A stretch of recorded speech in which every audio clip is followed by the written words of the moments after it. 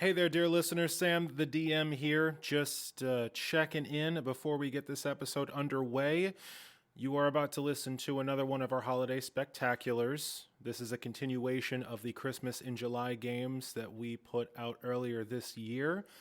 We figure that since we are starting back up with our recording from home schedule pretty much at Christmas time, we'd maybe get a holiday game going in the appropriate season. We are working with some new tech and some new gear, working out the kinks. You'll notice that there's a little bit of technical issue with Brian's track. Ended up recording on his laptop microphone instead of his USB mic, so I hope you'll forgive us for that. The next episode will be in the regular canon with our regular protagonists, but we figured we'd treat you folks to one of our yearly traditions, which is breaking from our standard game and enjoying one of Brian's whimsical holiday adventures. So, without further ado, take it away, Brian.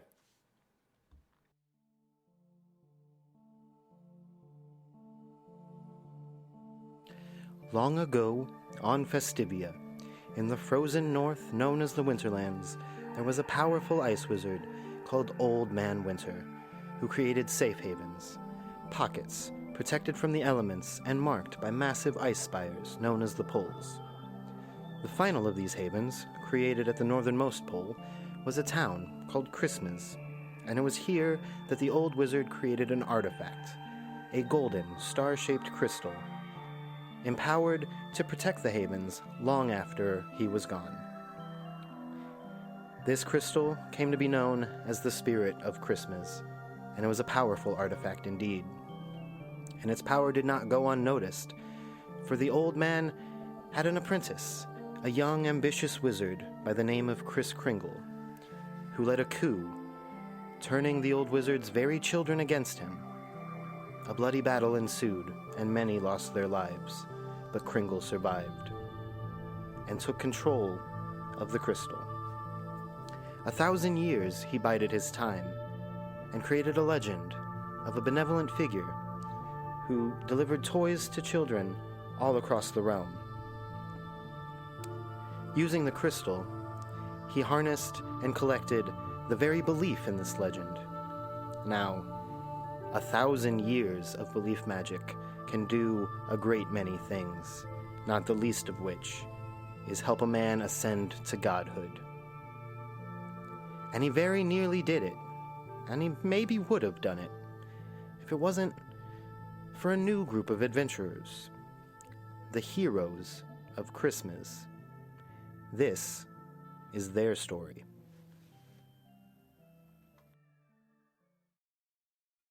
Hello, and welcome to Challenge Rating Zero, the latest and greatest podcast coming at you from the St. Louis area. If you are a regular listener of ours, first of all, God bless you. You're just, we love you. Second of all, if you notice that you're hearing my voice and not Sam's, my voice being Brian's, then that might clue you in to the fact that you are listening to yet another Challenge Rating Zero Holiday Special. Now, this game is a yearly game that we have played.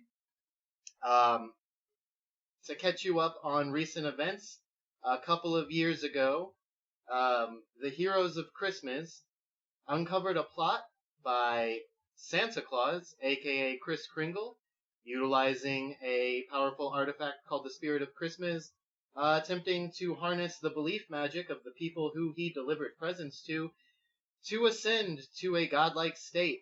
They foiled him and killed him and his wife, who was also evil, and saved Christmas. The following year, they all came back together in the town of Christmas, where the mysterious MacGuffin known as the Spirit of Christmas was acting up and appeared to release some spirits.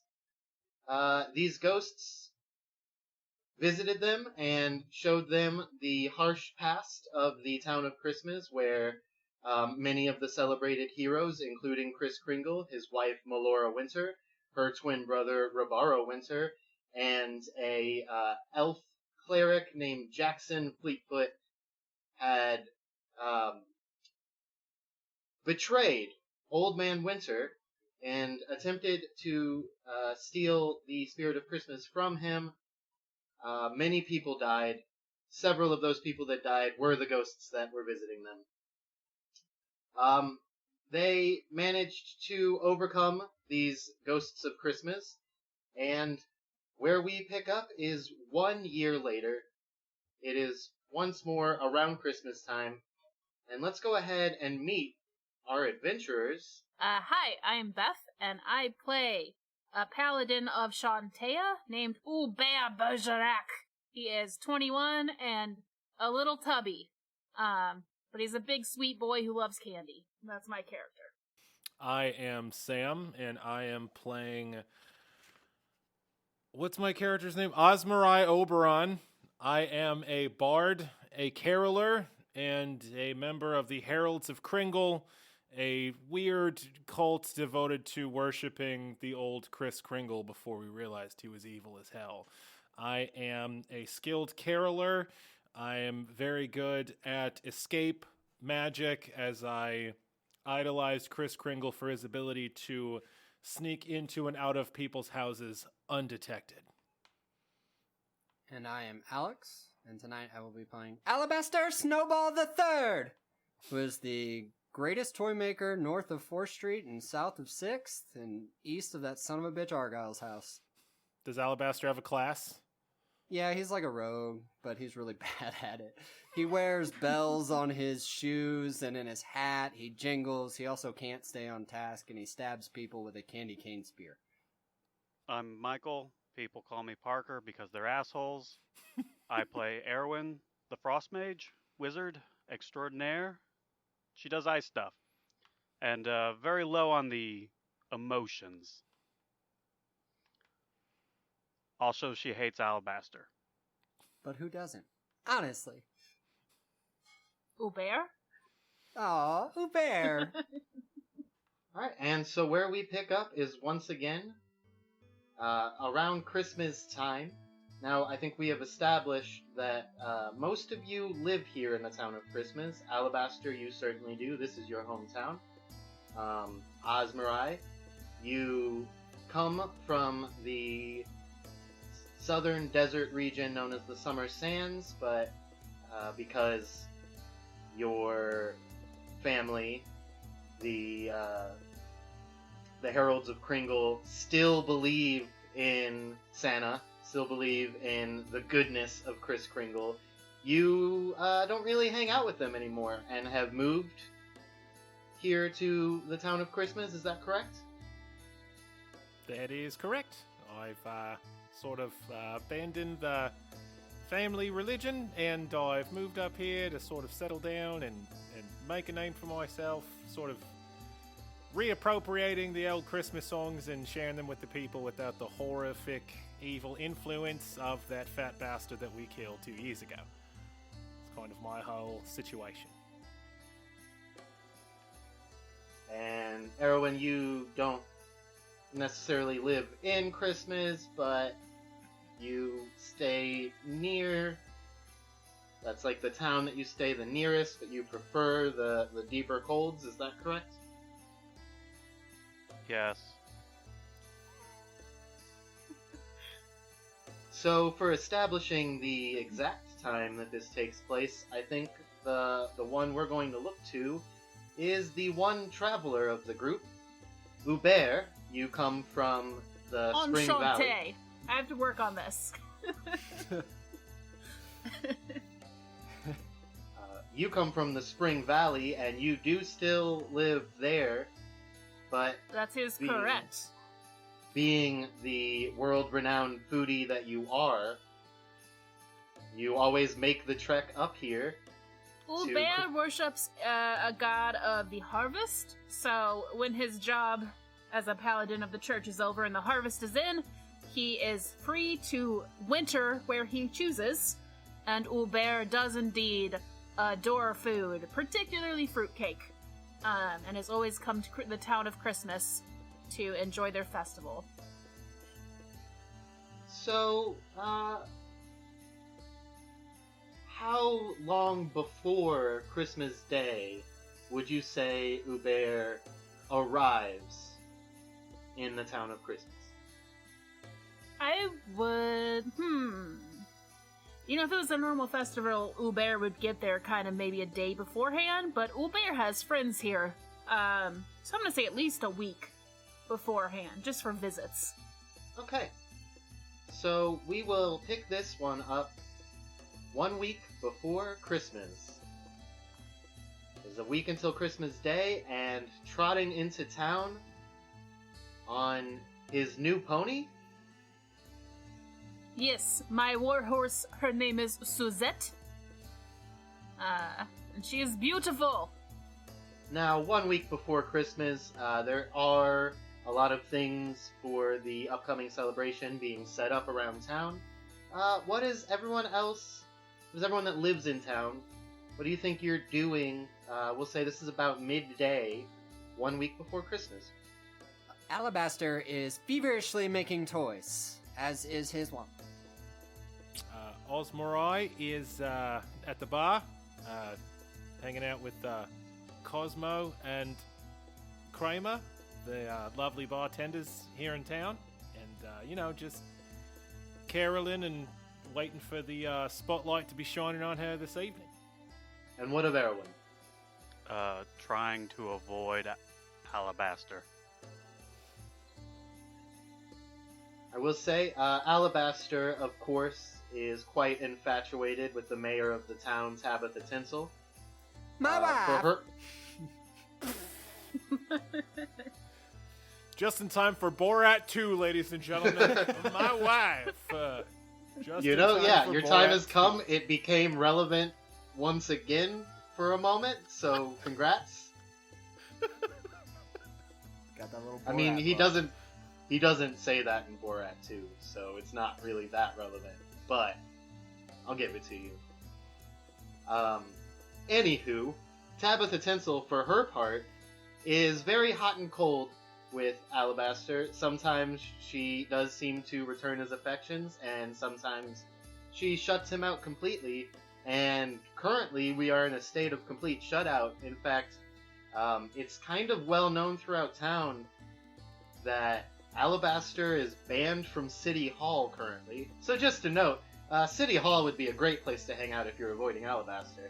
That's probably where Erwin is.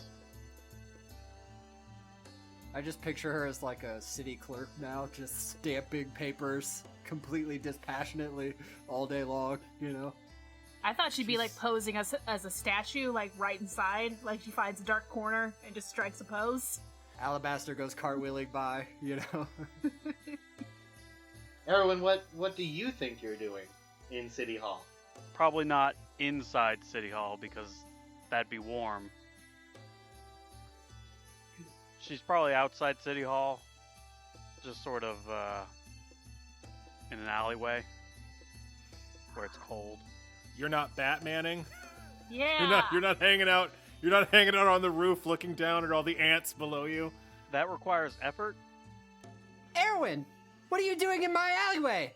This is where I come to come to visit the mayor. Oh no, my plan's foiled. Yet again. We do this like bi-weekly. You'd think you'd pick a different alley by now. There's only one alley over here. And it's the best one for stalking. Visiting. There is a window that is about 15 feet up that does look directly into the mayor's office from this alleyway. So yeah, it's the best one for visiting. This is like my home away from home, Erwin. I have spent an undue amount of time in this alleyway over the last year. And weirdly enough, so have you. Why are you always at... Are you in love with the mayor? Is this a love triangle?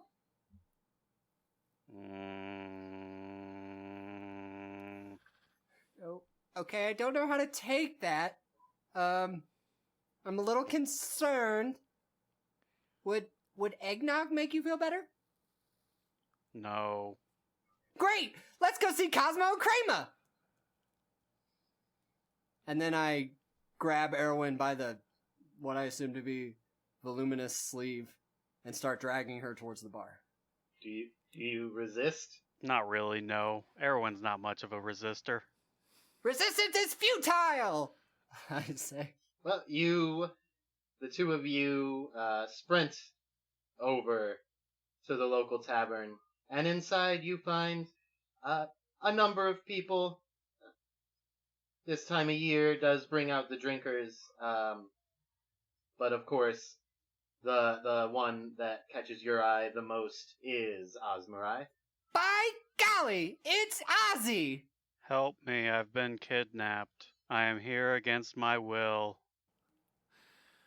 No worries, Erwin. We'll get Alabaster good and pissed, and well, he'll forget all about you in no time flat. Eggnog's all around? Yeah? Eggnogs? Eggnog's all around? Eggnog! Hubert, you have arrived in town. What's your first instinct when you arrive in town? Well, I am cold. I have a horse that I need to stable. And I am, as always, quite hungry. So I probably head to the inn. Unless there's a, food vendor on the road, perhaps? Oh god. We've lost Hubert!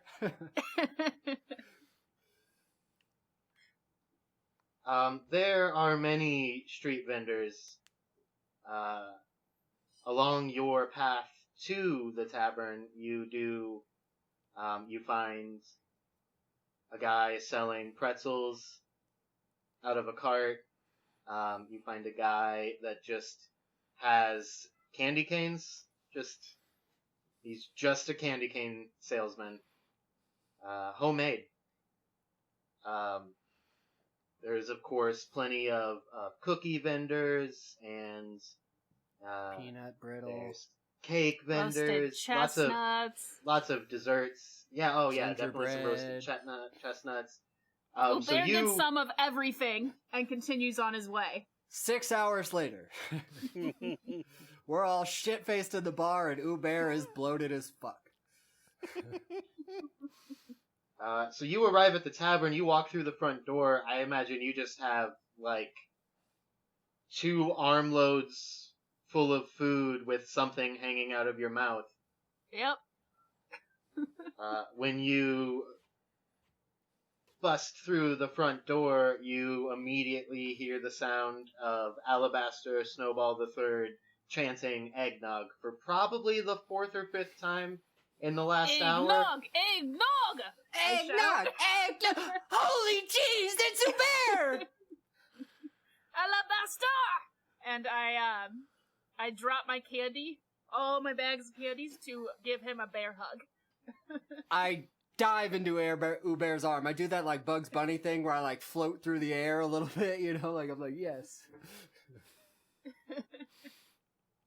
Oh, there's a familiar face. It's been a long time, Hubert. How you faring? Osmarai, my dear friend, I do so love this town. I am good. How are you? Doing all right so far. Trying to keep these two apart. You know, Erwin doesn't like the touching too much, and Alabaster, well, he's touching you for now, so that's good. We'll just keep it like that, and hopefully that works out. Psst, Hubert, don't mention anything about her weird accent. She's been doing it all night. She might have a screw loose or something, I don't know. It's been a rough year. I don't know why we need to hop on every little thing. Getting a little nitpicky there, that's fine. So have another drink. Eggnog! Eggnog! Eggnog! And indeed, it has been a rough year here in the town of Christmas. 1 year ago, they were dealing with their first Christmas post the revealing of the evils of Santa and death of Santa. But last year, you guys visited the past and saw some of the specifics of the very bloody way that this town was founded, and some other renowned heroes of the history of the town of Christmas have also been now cast in a new light. And so once again, the town is reeling a little bit from this discovery. There was a great debate in town council with the local museum, which had displays on such figures as Kris Kringle, Melora Winter, Rabaro Winter, and Jackson Fleetfoot, who are now known to be the traitors of Christmas. And so there was a great debate, and it had been decided that the displays on these 4 specific members of the traitorous group that slew Old Man Winter, that the main displays would be taken down and relegated to a small section explaining this dark part of the town's history. But there has definitely been pushback in town, so there's a lot of tension brewing in this town. Does anybody feel that tension in the air? No. Okay, great! The town does seem darker than Hubert recalls. Sadder, perhaps? I cannot do a French accent, I'm so sorry. Do you mean darker than when we killed Santa? I mean, that's pretty dark. I don't know what scale and you're operating on, Hubert, but that's pretty freaking morbid. It's gotten worse, I think. I am not here all the time, but I think it is worse. Oz? Is it worse? It's not great, I'll say that. People bickering, fighting in the streets. You know, no one's come to blows yet, but yeah, some lot of loud discussions about the founding of the town and what direction to go in next. It's it's a little tense, sure. Been trying to sing the old carols, but some just don't want to hear them. It's been a rough year.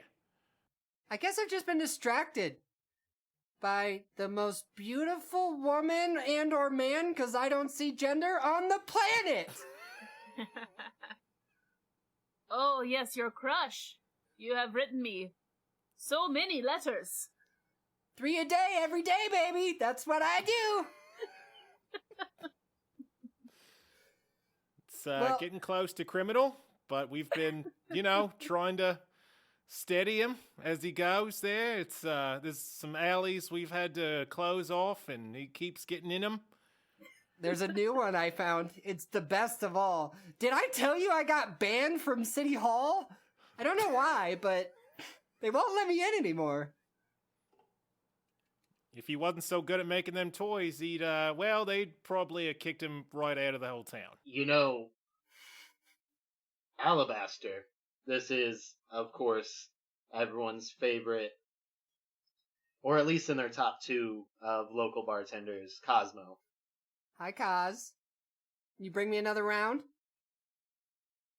As long as you still pay me for them, I will always Put bring it on you the another tab, round. barkeep!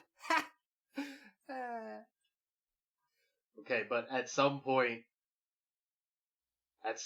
you could settle the tab? What does that mean?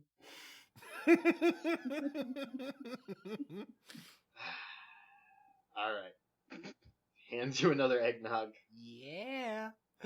Look at that foam, you guys! You know, if you wanted to get on the mayor's good side, you could probably help her out with something that I'm sure has been really stressing her out. Which is what? I've heard she's got a stalker. Is that sounds pretty stressful? Who? Who's their stalker? I'll fight him right now. Some shifty figure outside our office window, just sort of lurking about. That sounds stressful. We could handle that. Or were you talking about something else? Well, there certainly is that. But also, you know all the hubbub that's been going down at the museum, right? Right? Yeah, totally. Nothing but bobs and hubs.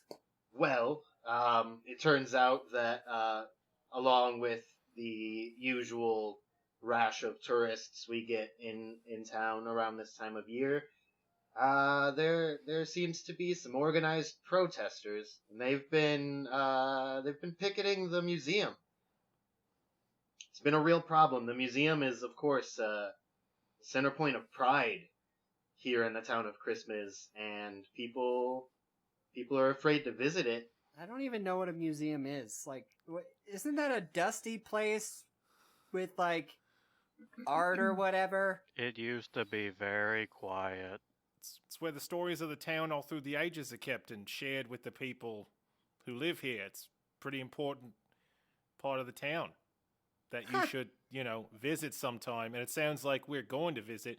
Now, Cosmo, you're not suggesting that we go in there, crack some skulls, and, scatter the blokes, are you?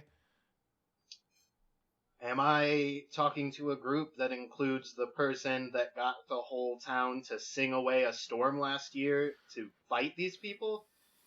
God, that happened one time, and you guys will not let it go. Like, come on. He or she did it like one time.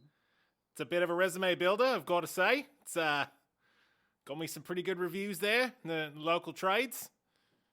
I'm just saying that if anybody could maybe talk to these people, it would probably be Osmarai. Alabaster, no. Osmarai. Don't worry. If Oz fails, I'll crack some skulls. I start hitting my candy cane spear against my hand.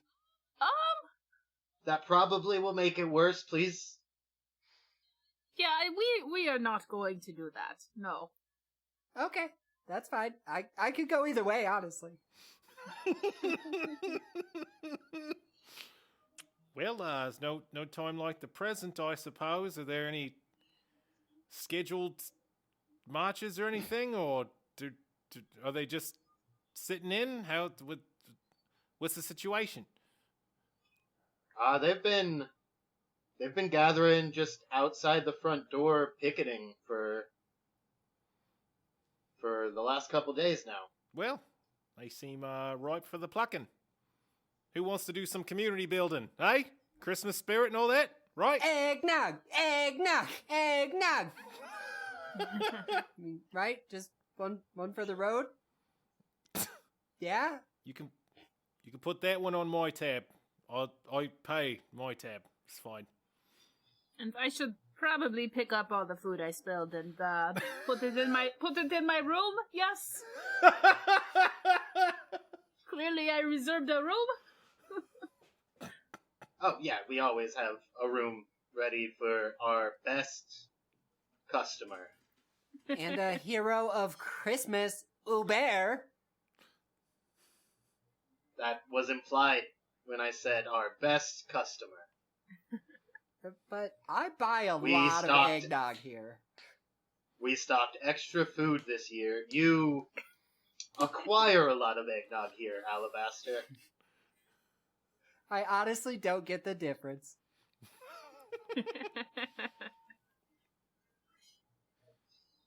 Hey, Hubert, did you see what Cosmo Yes. has over the bar? It's that polar bear that ate me last year. Well, it's stuffed now. It's dead. And then but, I like, ate him. Well, but like not the head, obviously. Who eats? Well, You don't eat polar Yeah. bear head, do you? Well, I mean, brains are a delicacy, one could argue. Are there still brains in that head? Can it think? No, definitely not. Okay, that's good. Well, that's great Waste no then. part of the animal, right? Well, Neat.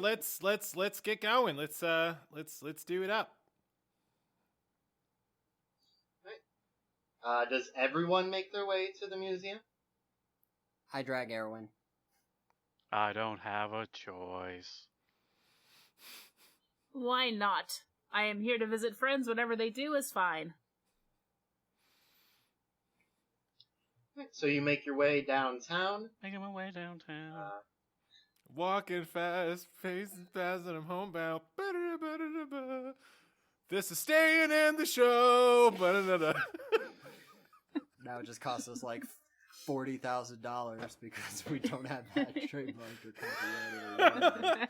It's parody. It's fair use parody. It's fine. I don't know how any of that works. I'm sorry. Sam, the legal eagle, swoops in to save the day.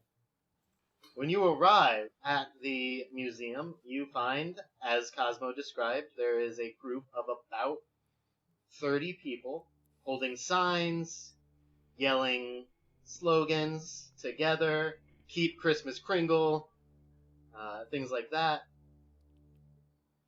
Now, Osmarite, as you guys get close, you recognize something. The hats. The hats that this group is wearing. They are, you know, your classic like red cap with a white ball at the tip.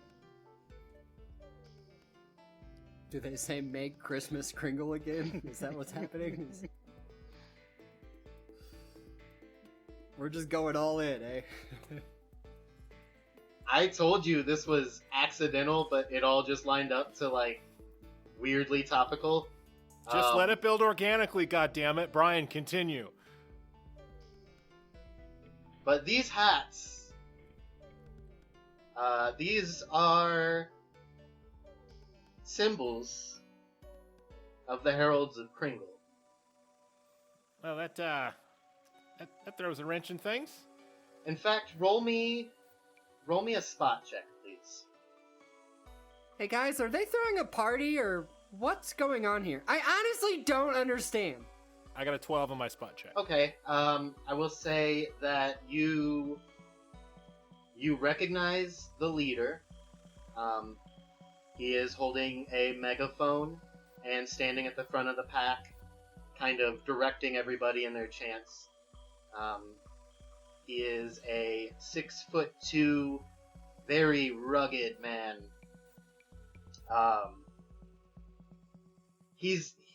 It's one of those interesting things where they, like, he's both muscular and chubby. Somehow at the same time. Like And- bear. Yeah. Yeah, not as pronounced, I don't think. So he's jacked and stacked. Got it. Yeah, and he's got, like, a perpetual, I would even say, like, 10 o'clock shadow.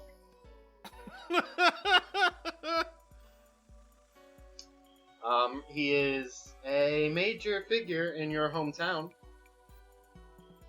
His name is Bill Eagles. Oh, Billy Eggs. Billy Eggs, as we call him. What the hell's he doing here? Organizing a rally. Well, Erwin, when you're right, I'll say. Huh. That throws a wrench in things. I didn't think I'd see any of the Heralds of Kringle up here. Not after we put old Kringle down. This is gonna be awkward. I think. But yeah. Great. So there's like 30 people standing out front with signs, and the main guy's yelling in a megaphone. That is correct. I start hitting my candy cane spear against my palm. Looking as menacing as a 2-foot-something Christmas elf can. Wait, I'm how fine. tall are you? You're Okay. not. I'm 2 4'10", feet. apparently. It's fine. You could have made a gnome. You made an elf. Okay, that's your bad. All right. They're Christmas elves, not Christmas gnomes. I sidle up to one of the folks wearing red hats, and I just say, "Hey there, good eye, Osmarai Oberon, hero of Christmas. It's a pleasure to meet you. Who might you be?" This person, you didn't get a good look at their face. This person turns to you, and you are looking into the face of your father.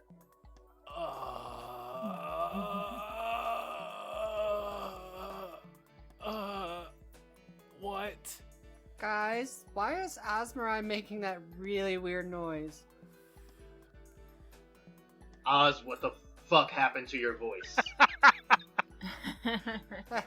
Dad, it's been a rough couple of years, and I'd appreciate if everyone would just, stop nitpicking, and we could just, just full steam ahead, just move on. Just trying to live my best life here in Christmas. And what the hell are you doing here, Dad? We're here to preserve the integrity of the story of Kris Kringle. You mean that guy we killed? Yeah, have you heard the story, Dad? Have you heard it? The story of the man who selflessly for 1,000 years brought gifts to children? Well, now you say selflessly, but there's a lot there. So Hubert, Alabaster, Erwin, this is my dad.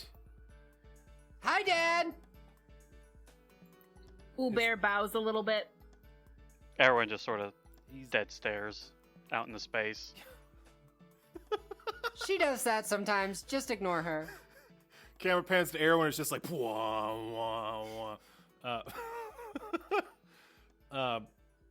Yeah. So this is awkward. So you're behind some of this mess here, just making trouble in a small town that you don't live in. The hell's Billy Eggs doing here? He organized it. What else would he be doing here? Oh, You ever notice he's really bald? that's why they call him Billy Eggs. Oh, okay. That's neat.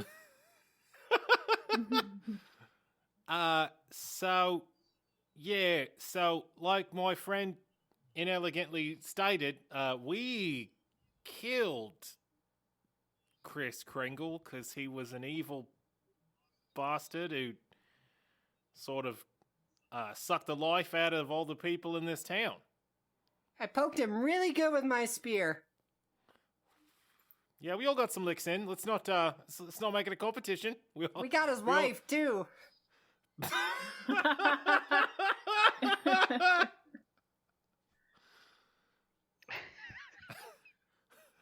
Yeah, I'm gonna need you guys to walk away from me. I'll do you one better! And then I start somersaulting, or cartwheeling. Like cartwheel. Yeah, humble why don't... Oh, that's a critical 20. So, that is a 35 on my tumble check. Fucking airborne. You do not at any point break eye contact with Paul Oberon. No matter what direction your body contorts, your face remains pointed directly towards him as you cartwheel away. It's like The Exorcist! Yeah, Hubert, Erwin, you want to give me a minute here with my dad? We can sort of reconvene here in a few minutes. Yes, of course, not a problem. And I pull out a cigarette and go find a corner to hang out in. With a lot of ennui. Quick, somebody get Hubert some red wine! I would not say no to wine. So, yeah, Dad, we got a talk. Chris Kringle was a bad man. I saw his evil firsthand. Well, second, ghostly hand. It's complicated. He's a bad person. Better left to the history books. Not someone that should be celebrated, I'd say. You had a bad dream. That's my understanding of the situation. And was it a dream when I went to his, mountaintop palace and heard him say he was ripping the, spirit from everyone in town to power his dark ends? Was that a dream too? Look, you don't become a powerful being that selflessly delivers toys to children for 1,000 years without there being some sort of cost. Right, okay. So if Billy Eggs over there burned our house down and took all of our possessions and then gave them to the neighborhood kids, ends justify the means, right? Any destruction is worth the bit of charity that comes after? How needy are the kids? Dad, this is why I don't come home for the holidays. This right here is exactly why. So honestly, it's better for us that you don't come home for the holidays. You tell a lot of tall tales and reputations spread. Well, that's something every little girl wants to hear from their dad, I can tell you that. It's great for the old spirit there. Okay, so And somewhere the star dulls just a little bit. yeah, for sure. Well, we are going to have to try to come to some sort of understanding, because you all don't seem to have a full grasp of the reality of what you're protesting, and you're kind of making a lot of trouble for the people that actually live here. Look, we understand that the founders of this town have some blood on their hands. Who doesn't? We just disagree with the notion that they should be erased from the history of this town. Well, I don't think anyone's pulling out the, eraser. Maybe adding a footnote or two, some repositioning into a broom closet or something. It's Oh, dead. All right. Well, I can see you're intransigent in this particular case, so guess I'm just gonna go away from you right now. Good to see you, Dad. Love you, as always. Great talk. I go over back to my friends. So, how's Daddy Dearest? Well, that was a gut punch. It's right in the gut. He's still kind of a right bastard. He is. But we're still going to have to clear these folks out. So what you're saying is it's skull bashing time! Well, now, hold on. Uber could cut them and eat them. She does that. Or he. I don't understand gender. 2 bears, not 2 people. I mean, what's the difference? Skin, meat, brains. It's all the same. Bears are quieter. I think we've got a few steps ahead of us before we start just, slaughtering people in the street. I guess let's go talk to Billy Eggs and see if that bald ass has anything to say for himself. Yeah. Great. Let's go talk to him. Billy Eggs! Billy hears you and puts down the megaphone and turns over to look at you. As he does, the attention now of this whole crowd falls over to you. and some boos start to ring out.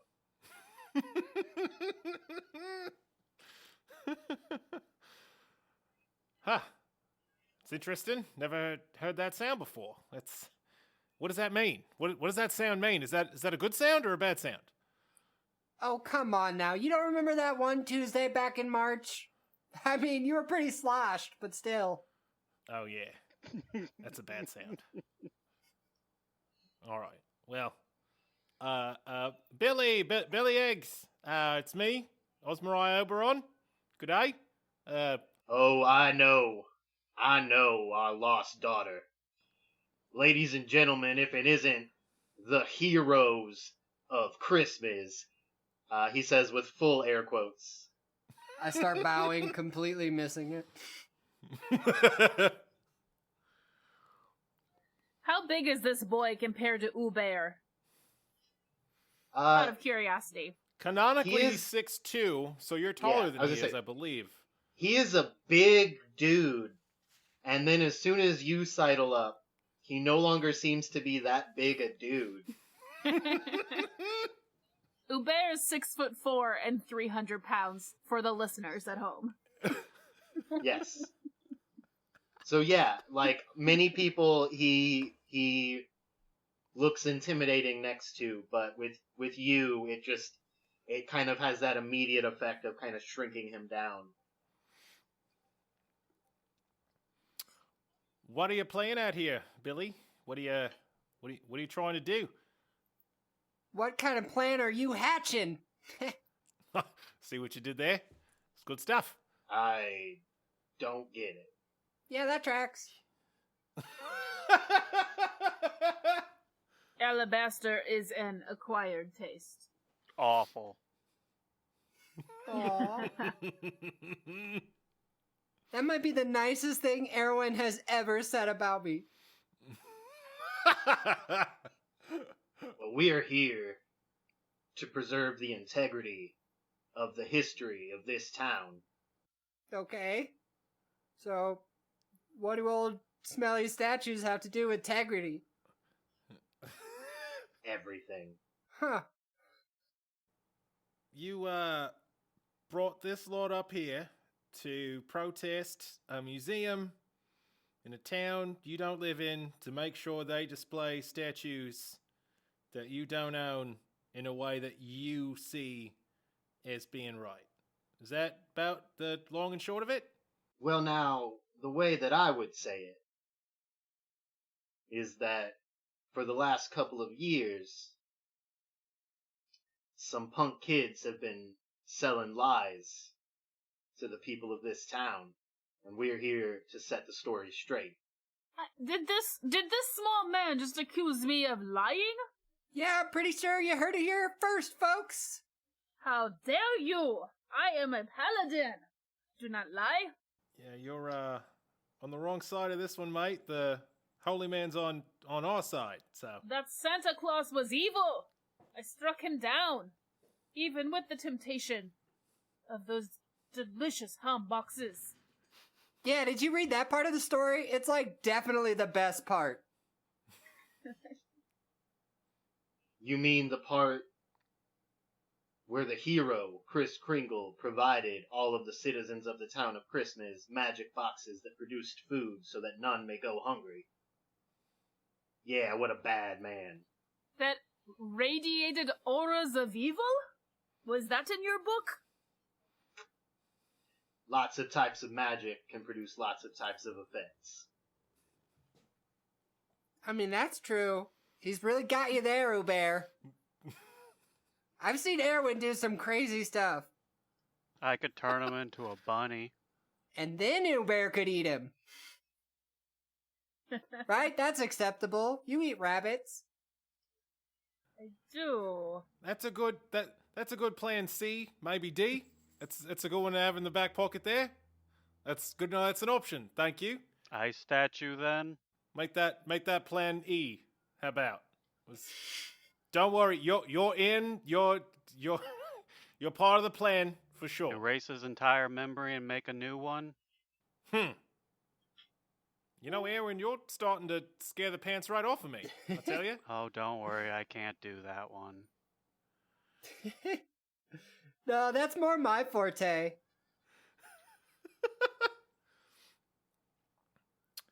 Well, Billy Eggs, the mayor of this town is not too shiny on you and your friends here causing this ruckus, and I think it's up to the town and to the museum to decide what kind of,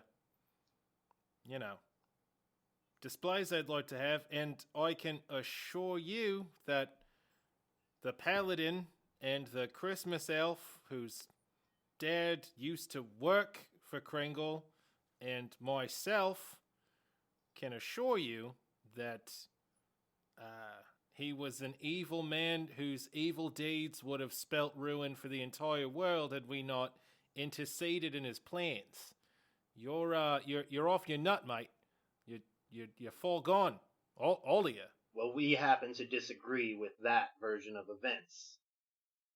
Now, I won't argue that this museum has the right to display whatever they want.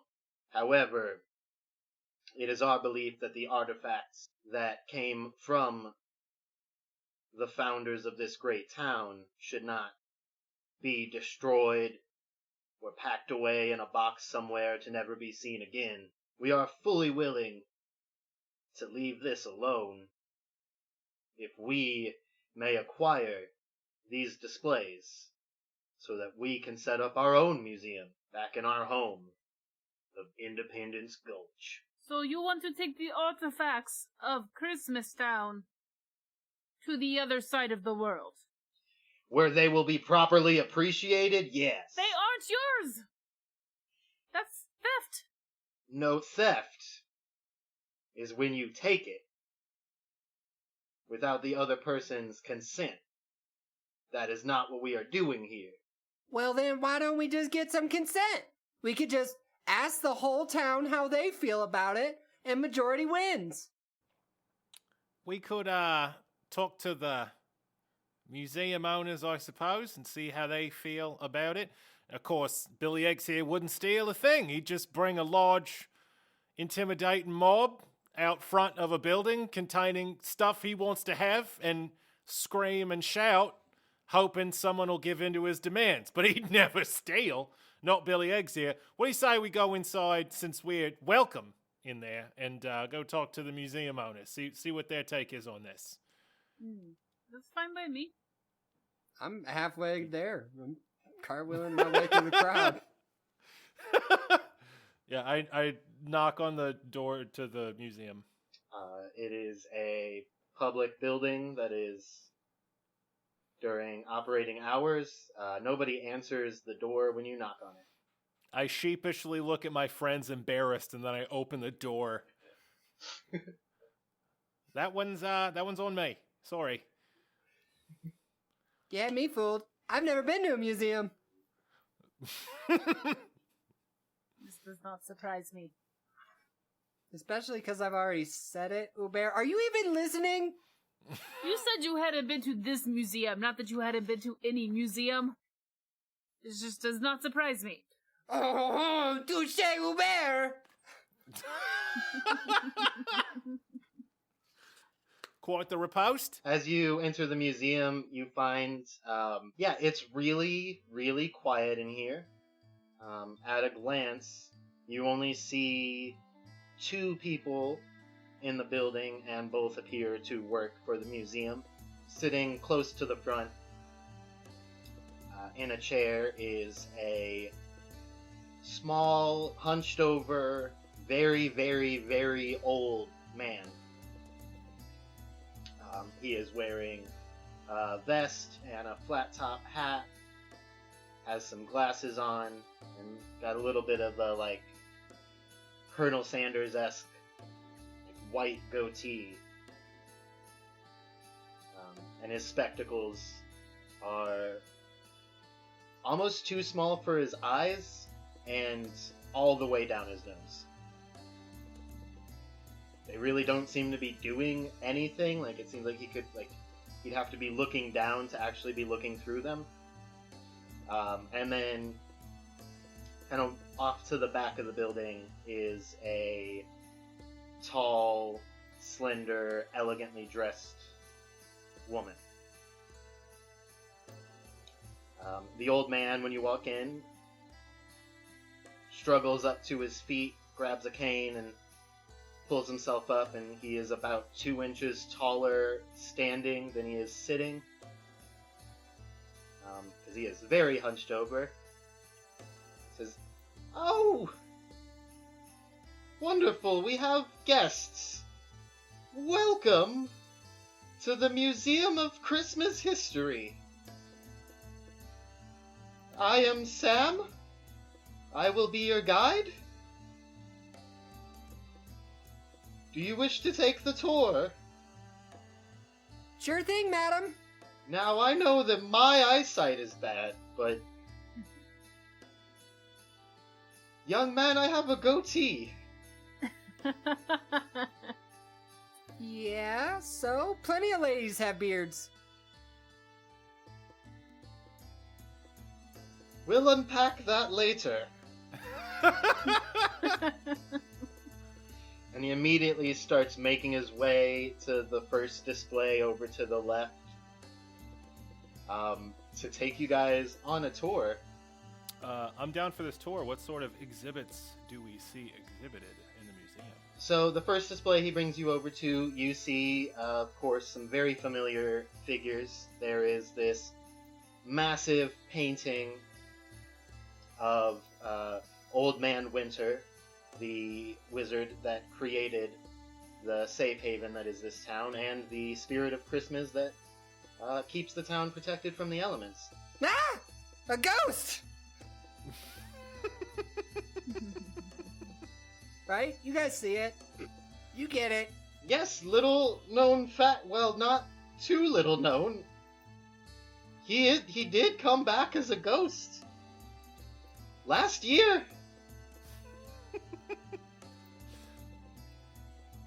We may have had a part in that, just a tad. I think we were there for that. We're getting ahead of ourselves. We'll get to that at the end of. This is the beginning of the town of Christmas.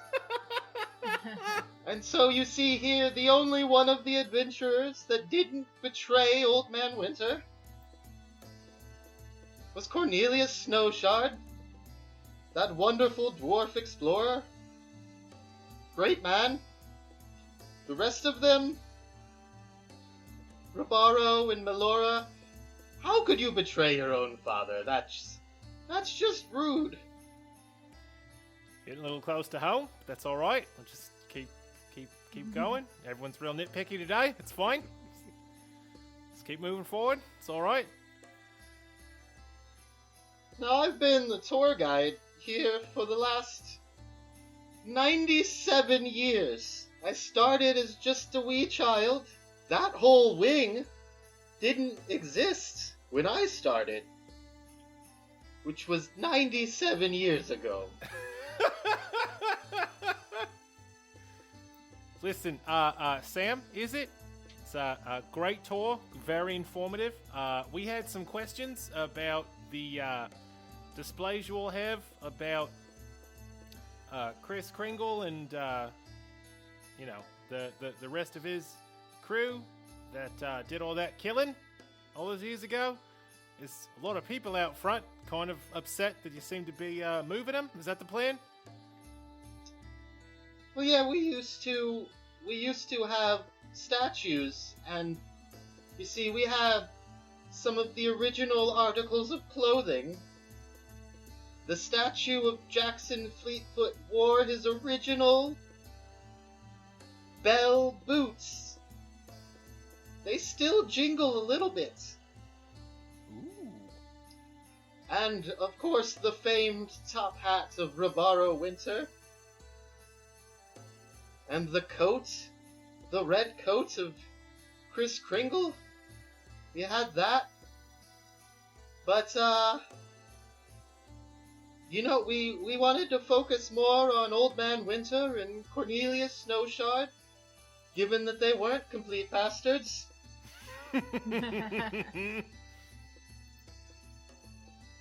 So, and I get it, but, those statues, I've been with those statues for the last 97 years.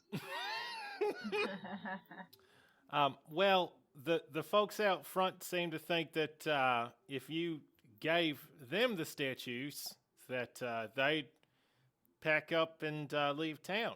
They'd take them and, I don't know, make their own little cockamamie museum, put them on display, worship them like false idols. I'm not exactly sure what their whole plan is, but... Well, that's interesting. I'm the guide. I have no control over that. The owner, that's her. Back here, you see, her family started this museum 154 years ago. The Peppermint family have long been the historians of this town.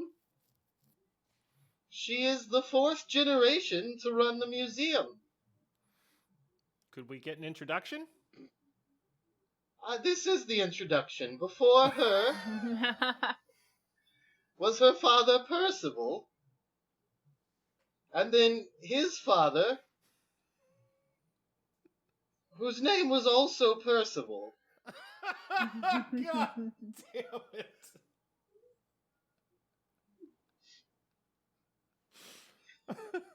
This is so fascinating. I'm riveted. But then this is where it gets interesting. His father's name... What? Okay, so it was also Percival. But, you see, he was the first Percival. And he was the one who had, the vanity to keep having children named after him? I don't get it. Anyway, Priscilla Peppermint, owner and curator of the Museum of Christmas History, where I have worked for the last 97 years. 97 years! Well, if you'll excuse us, I think we have some business to discuss with Priscilla that might be a bit above your pay grade, if no offense intended. And we definitely won't make fun of him for his girly name. Oh my. Alabaster, we have to have several long chats, mate. Several long chats about sort of the nature of things, and that's fine. I go over to Priscilla. She was standing in the back, right? Yes, she is standing stern, arms crossed behind her back, hair pulled back. I said, wearing some pretty elegant clothing. She is quite tall, has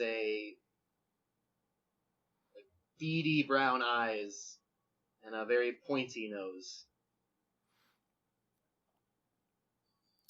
Miss Peppermint, is that right? That is correct. I'm Priscilla Peppermint, owner and curator of the museum. Now, you, I of course recognize as the heroes of Christmas. We are honored to have you here. Well, we don't like to brag, but yeah, you are. You're quite honored.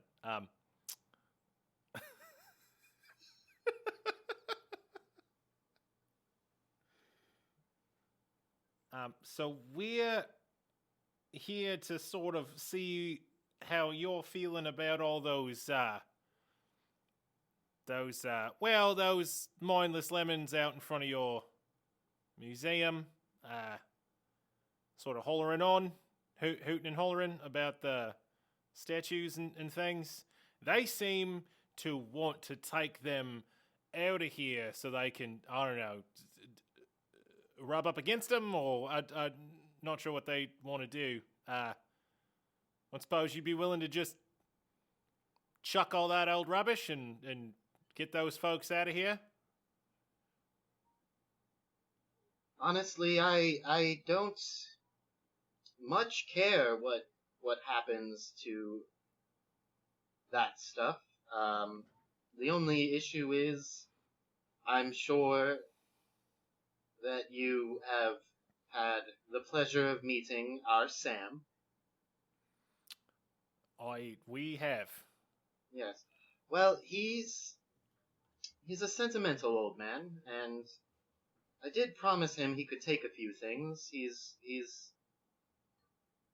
you know, he's the kind of person who grows attached to the items here in the museum, beyond even just their history, just their physical existence. It's something that he is, as I'm sure he told you at length, been with for the last 97 years.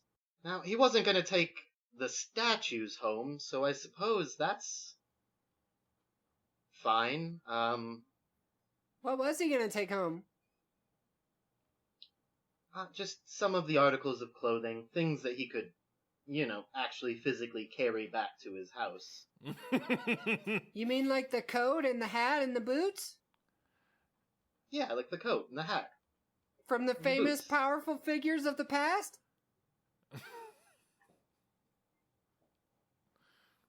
Yes. Yeah, that should be no problem. I'm sure nothing will go wrong with that. I don't understand your tone, but I agree with you. Could we see these exhibits where they're currently at? Well, Bear double checks the Sam man to make sure he doesn't emit an aura of evil. Just in case. No, he doesn't emit an aura of evil. Excellent. I've been evil for 97 years.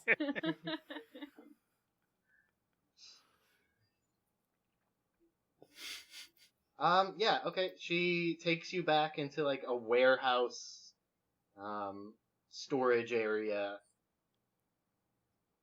Yeah, there's a bunch of boxes.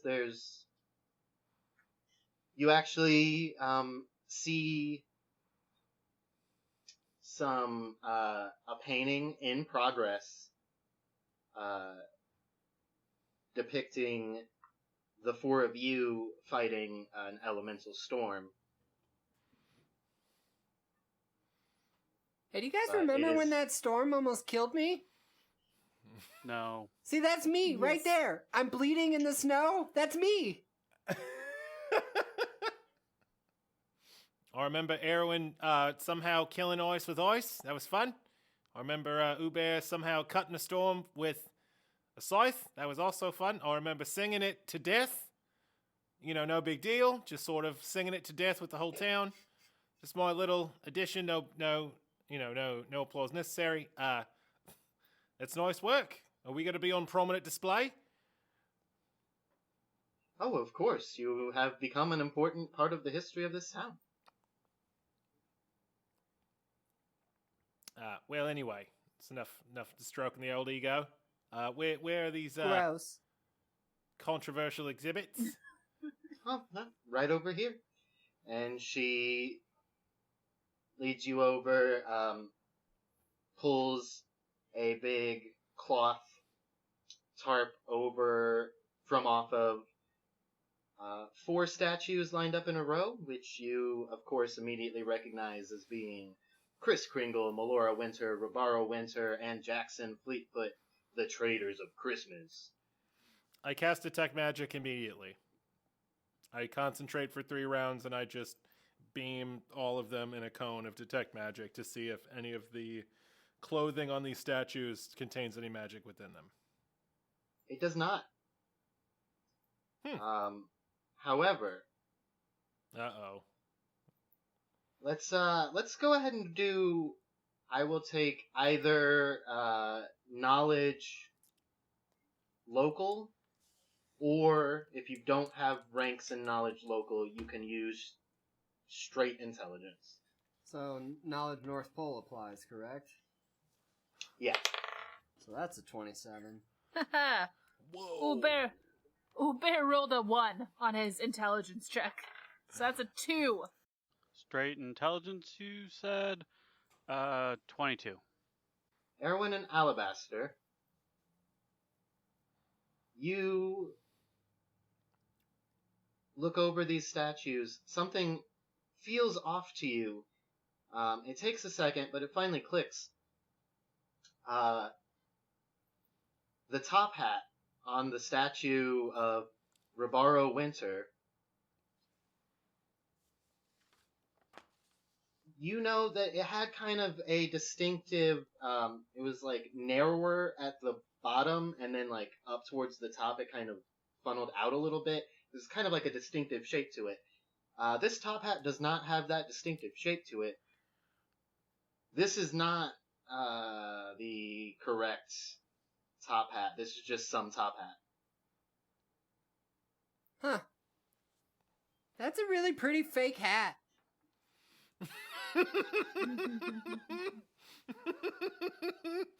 Way to thread that needle, bud. Oh, that's fucking.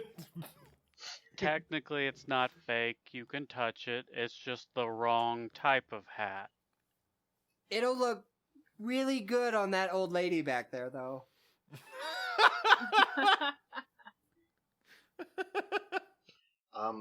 I'm sorry. You said that's the wrong hat? Oh, definitely. Yes. I don't. What do you mean? Elaborate. Well, the other one looks different. You know, the real one? It doesn't look like that. I mean, what are you not getting here? Erwin describes at great detail what the other hat looks like with no enthusiasm whatsoever. Priscilla rushes over to another item covered by a cloth tarp, rips it off, and we see an old painting of the 5 founders of Christmas, and she dramatically looks at the picture of Robaro and the hat in the picture, and then dramatically swings her head to look at the hat that's on the statue, and then dramatically swings her head back to the painting, and then dramatically back to the hat that's on the statue. She's, oh my god, you're right. Yeah. Did you think we were pulling your leg? I'm ashamed. I'm the curator of this museum, and I should have recognized the difference. Looks like you've been bamboozled. Who has access to this here warehouse? There's only 2 employees of this museum, myself and the guide. So Sam stole it, did he? That bastard. I knew he was crooked from the moment I saw him. Like, literally, his bones are so brittle. He's like a question mark. He really is. I get it. Oh, I get that one. Will? You think Sam would have stolen it? I mean, it was promised him, wasn't it? Seems a weird thing to steal. Something they're just gonna give you. I don't know, the statues were always closest to the front, where Sam sits. I often caught him talking to them, but, I just thought, old man, active imagination. Are the shoes and the coat cool? Are Yeah. they good? Okay. Yeah. Just the hat. Okay. Mm-hmm. Well, that's a stumper. I suppose we should investigate what happened to that hat. It's not great. If we could just convince those people outside that these were all fakes, we could probably get rid of them right quick. Oh, they're not even here. Oh, they're all fakes. Oh, leave, right? Guess that's a bit too easy. Who wants to go talk to an old man for 97 years? Who? Nope.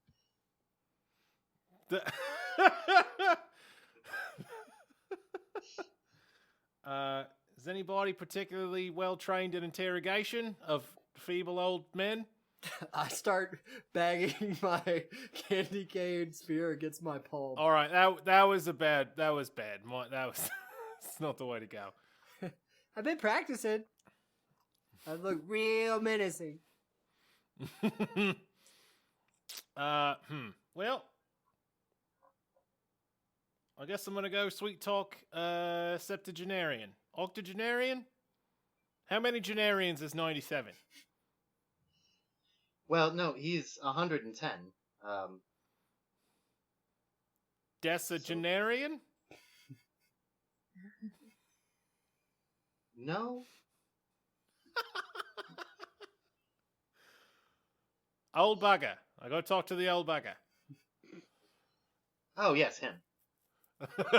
You step back out into the main museum area, and you see, if you had to guess, you would guess that since you guys went to the back, that from that point forward, Sam grabbed this hat from wherever he had it stashed and started running out the front door. So he is almost to the front door. He is wearing the top hat on his head as he shuffles and begins to open the door. I cast Expeditious Retreat, and I run swiftly after him.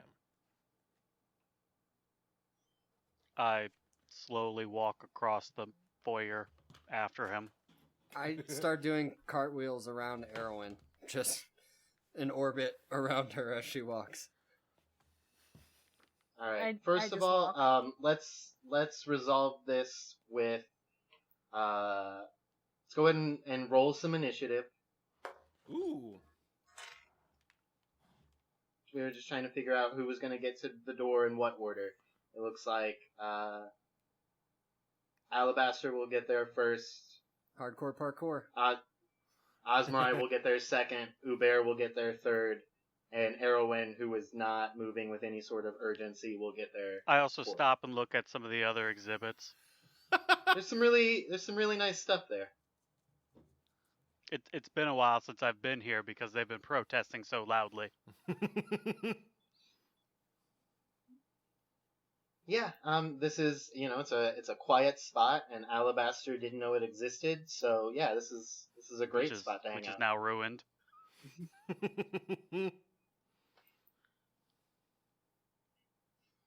Alabaster, you get out the front door to find Sam making his way into the crowd. Stop right there, Grandma Sticky Fingers! That's gonna make this chase sequence a lot trickier. That old man's gonna get mauled by a crowd, and then I'm gonna kill all of them. I mean, no, yeah.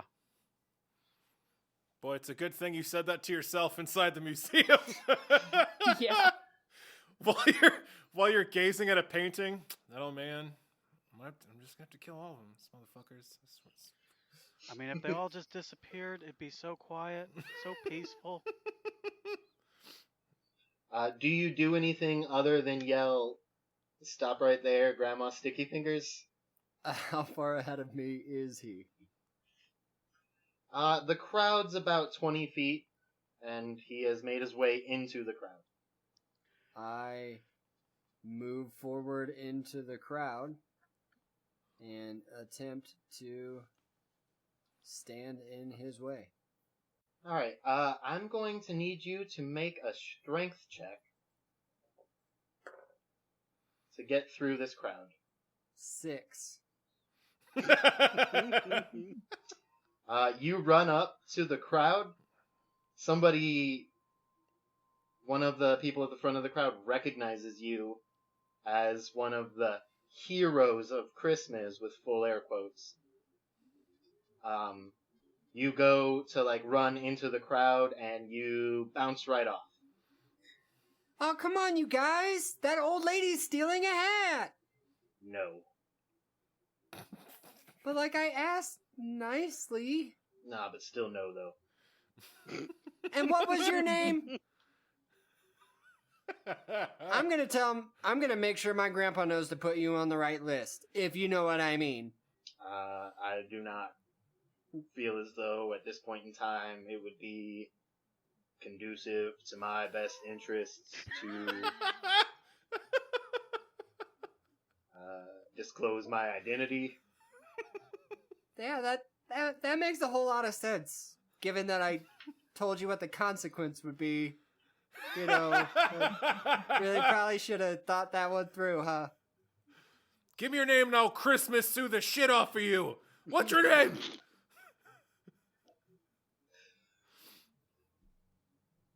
Oz, you make it out second. You see Alabaster attempting to make his way into the crowd, and the crowd not letting him. I'm gonna cast grease on myself. Ugh. Yeah. Yeah. I'm gonna get real slippery.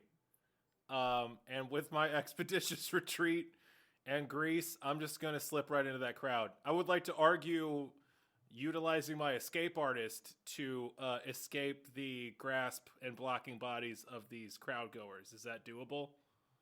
Yeah. I'll accept that. I rush forth into the crowd. And let's see if I can roll a good escape artist. Ooh, there we go. That is a very high number. Oh, God. That's like 43 on an escape artist. I cast grease on myself, so that's plus 10, and I rolled 18. I got all kinds of ranks. Is what I made this character for. Like Santa slipping nimbly through a very small chimney, I slip right through that crowd after my prey. As you run up, two members of the crowd kind of push in against each other to block your path, and you duck down and just slide. You're not moving your feet or anything. You just keep the momentum from running forward and just duck down and slide between their legs. You slip your way through several people. One person puts their hand on your shoulder and then immediately just goes, "Ah, what's that?" And now they're looking at their hand in disgust. Slimed ya. Excuse me, pardon me. Whoop, watch out. Excuse me, pardon me. Between Alabaster running up and you now sliding your way through, the crowd does get restless. You make your way through, and you do discover Sam in the crowd. He has been knocked down. He's laying on the ground, and as you come up on him, the hat falls off his head and hits the ground. Now, as the hat hits the ground, it touches a small amount of snow, and immediately, like a vacuum, it just hoovers up a bunch of the nearby snow.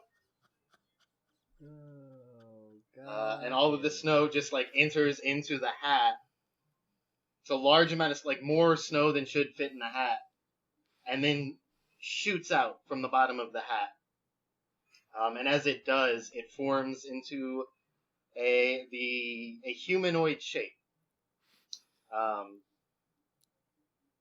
Yeah, this is happening. Forms into a humanoid shape, and as the features tighten and get more detailed, you can, of course, make out the face of one Rabaro Winter.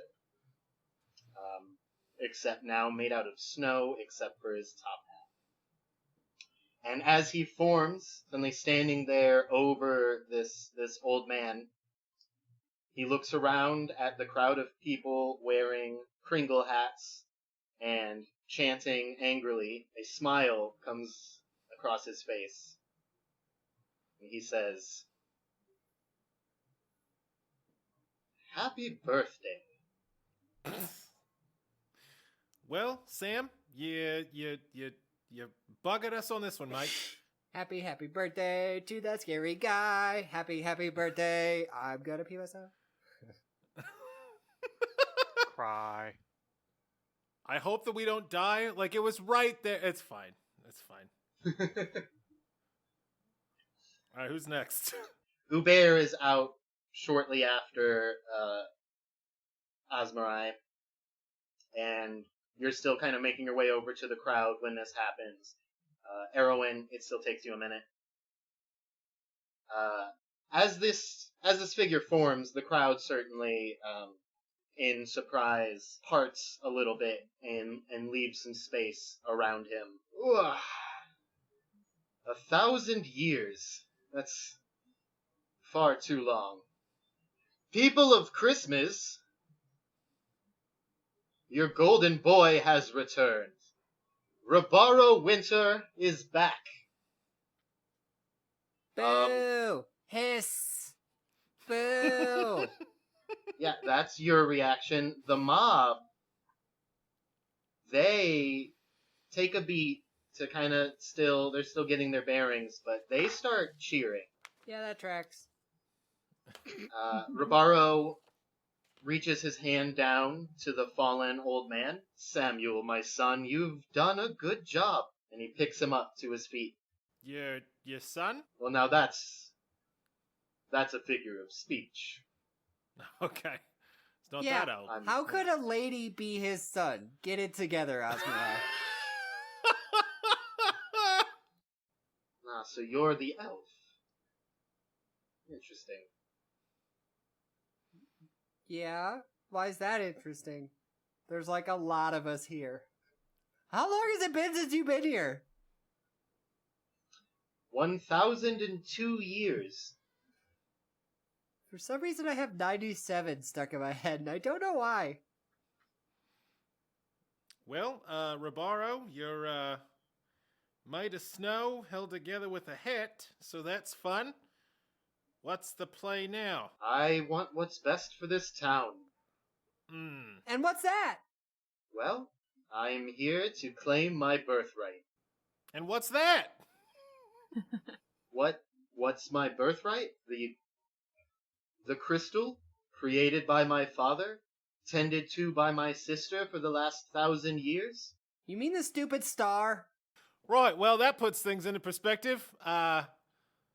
Well, team, here is a Christmas assemble. This bugger's trying to get the spirit of Christmas. You know, same old thing. So, let's, I guess, you know. We really need to put this thing in a cage or something. Every year it's the same damn thing. Hi, how are you, Uber? Have some delicious food. No, let's fight for the spirit of Christmas again. I'm on vacation. Third time's the charm. No, I'm not. It's not a pressing matter. I will get to the spirit of Christmas in time. First, I do believe that I owe something to someone here. Oh yeah? What's that? God, you're just so full of surprises. He's going to kill the old man, isn't he? I say as I light a cigarette.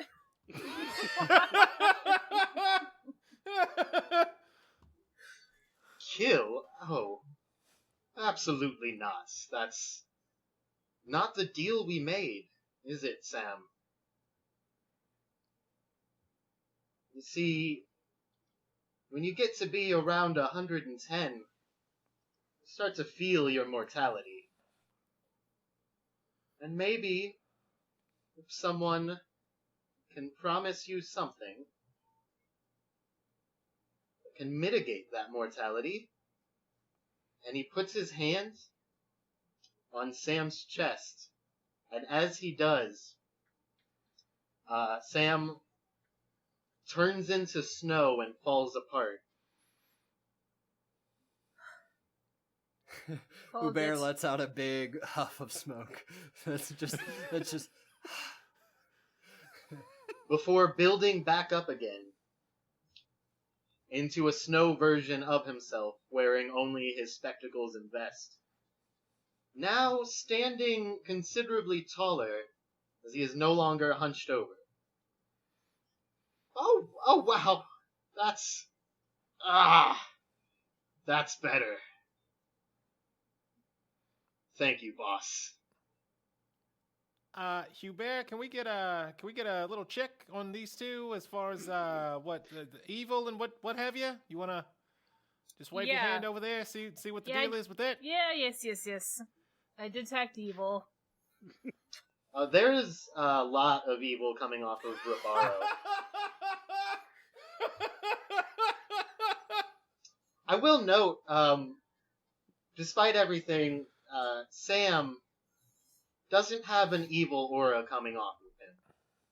But Ribaro very much does. Oh Lord, he reeks of evil.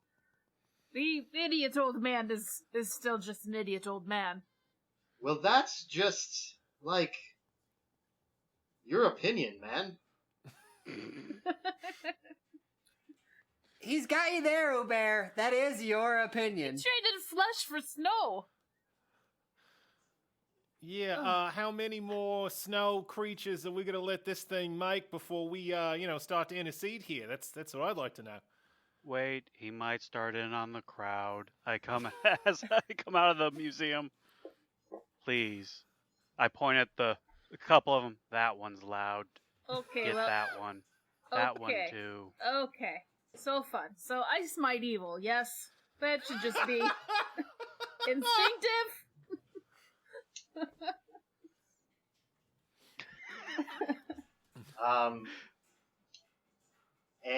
You're not next to him. Well, And if we are doing this, then this will be an initiative roll.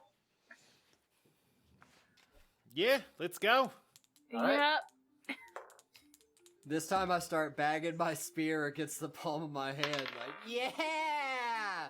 It's bagging time! 13. 16. 15. 16. Actually, that time was even better. 24. And I want to note that I am not going to at all have a hard time with the initiative that I have written down, reading the name Sam. That's not going to be difficult for me at all, and that's not something I brought upon myself. That was an interesting decision on your part. Didn't want to say anything, but here we are. Yeah, well, I'm nothing if not a slave to Christmas lore, and Sam the Snowman is a character that I based this old man on, so... Who the heck is Sam the Snowman? He's one of the narrators. He's one of the two main narrators of the old, claymation specials. Oh, There's yeah. Oh, Yep. yeah. Yeah, there's the mailman, and then there's Sam the Snowman. I honestly So- thought Rabaro was going with the Frosty theme. Yeah, Robaro is Frosty. Well, And his where's the minion is corncob Sam the pipe, Snowman. You know, the coal eyes of evil or whatever. The buttons. He hasn't gotten those magical items out yet. That's true. He's still just snow. He was formed out of a top hat, and his first words were "Happy Birthday."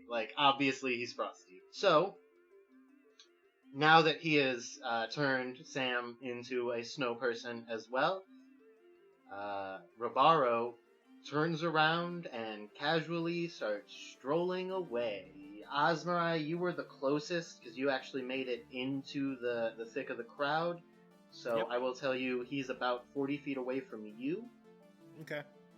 And then I would say that Uber and Alabaster, you made it up to the barrier of the crowd, which puts you guys about 60 feet away from him currently. And Erwin, you are just now coming out of the front door, which puts you about 90 feet away from him. So yeah, that's what he does, is casually strolls away with his turn, and it is Alabaster's turn. And Sam is still directly in front of me? Or, not directly, but is the nearer of the two targets? Yes. Well, I march up to Sam. Now listen here, Snow Lady. My good friend Hubert tells me that you're not evil. So, why don't you act like it and get out of the way? I do not wish you harm, young man, but I owe a great deal to Rabaro Winter, and I will honor my part. So you're gonna make me stab you? I mean, alright then. And then I stab him. 22 to hit. That does hit. So 7 points of regular damage and 3 points of fire damage. The spot where you stab him, he's made out of snow, so there isn't really any like vital organs or anything. You stab in, and it's it's the feeling of pushing something into snow. But then the fiery effects does melt a little bit of that snow, and he starts to drip. He's not bleeding, he is dripping water. Which brings it... Is that your turn? Yeah, that was a movement, a talk, and a stab. Okay, so that brings it to Erwin. Why are we stabbing the snowman? He seems to clearly want to do good. Make this town nice and quiet. Well, so the first snowman was, horrible bastard that slaughtered people to try to steal the power of the spirit of Christmas for himself. He still seems sort of, bound for that path, which would be bad for everyone else. And, this one sort of is, butler or ward, or I'm not really sure how that works, but, he's made of snow, and that's not right. No offense to you, Erwin. No offense. And how far away has Frosty the Snowman moved from crowd? From the furthest stragglers of the crowd, about 40 feet. Well, let's see how poorly this goes. Wall of ice in front of him. Well, You could dome him. I could dome him. And the thickness of said wall is, or said hemisphere of ice would be 3 feet plus 1 feet per level. So 15 feet of spherical ice. Okay, and you say he does get a reflex save? Yeah, to disrupt it? Wow, Yeah. I rolled a critical 1 on that save, so he does not disrupt it. You successfully surround him in a wall of ice. Nice. That is my turn because I would have used my move action to put snow in it. I assume there's snow around. Yeah. Fantastic. Alright, that brings us to Osmarai. All right. Osmarai Oberon is going to drop a rope next to Sam the Snowman, and I'm going to cast Animate Rope. And I'm going to tell the rope to coil and knot around Sam the Snowman's feet. And he's going to need to make a reflex saving throw or be entangled. Also, please get away from the angry mob. That's step 2 for sure. No worries. He got a 15. And dang it, a 15's what you need to get shit. All right. Well, he's not entangled then. Damn. So I drop a rope at his feet and I pull on my bardic Christmas magic to animate it. It comes to life like a serpent and slithers around him, but I guess it doesn't take hold. It tightens around him and cuts into the snow, and then the snow just reforms around it. Well, that's That's not great. Hubert, it's not good. Uber, it is your turn. He's in a dome, and all we have is the old man snowman, basically. Yeah. And the getting angry. And a very angry crowd. Okay, well, what the hell can I do? I don't know what to do here, because Uber's good at hitting. He's great at hitting, but there's nothing to hit. He'll probably be out of that ice ball here soon. Fuck it. Uber says, good people of, are they all from your hometown? Are they all from... Yes. Good people of Independence Gulch, please step away from the weird snowman monster. And I attempt a diplomacy check. Alright, roll it. I got a 16. Yeah, unfortunately, the crowd itself is making a lot of noise and just kind of drowns out your attempts to reason with them. Alright, Uber steps away from the crowd. I don't know how much space you need, Parker. Let's say I step back like 10 feet. Is that good? Yeah, that's fine. Cool. That's my turn. Sam, you got out of the crowd, right? Yeah. Yeah. It is the crowd's turn, and what they're going to do is they're going to go ahead and top off that semicircle shape into a full circle, and they are now fully encircling Sam, Alabaster, and Osmarai. And that is what they do with their turn. Great.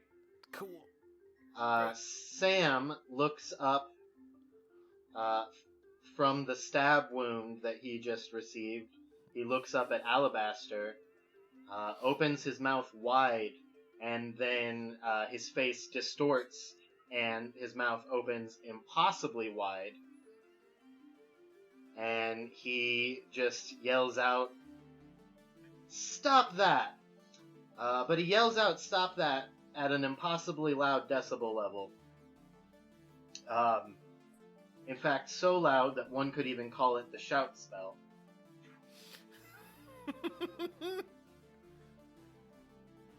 So I'm gonna need a fortitude save from Alabaster.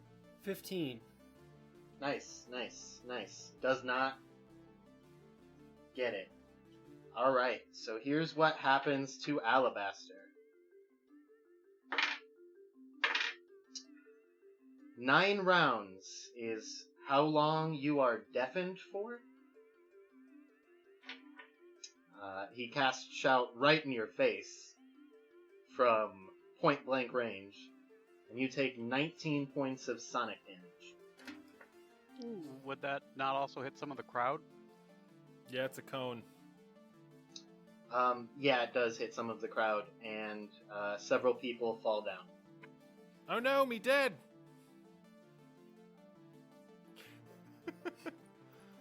I don't mean to editorialize. I'm sorry. That's his turn.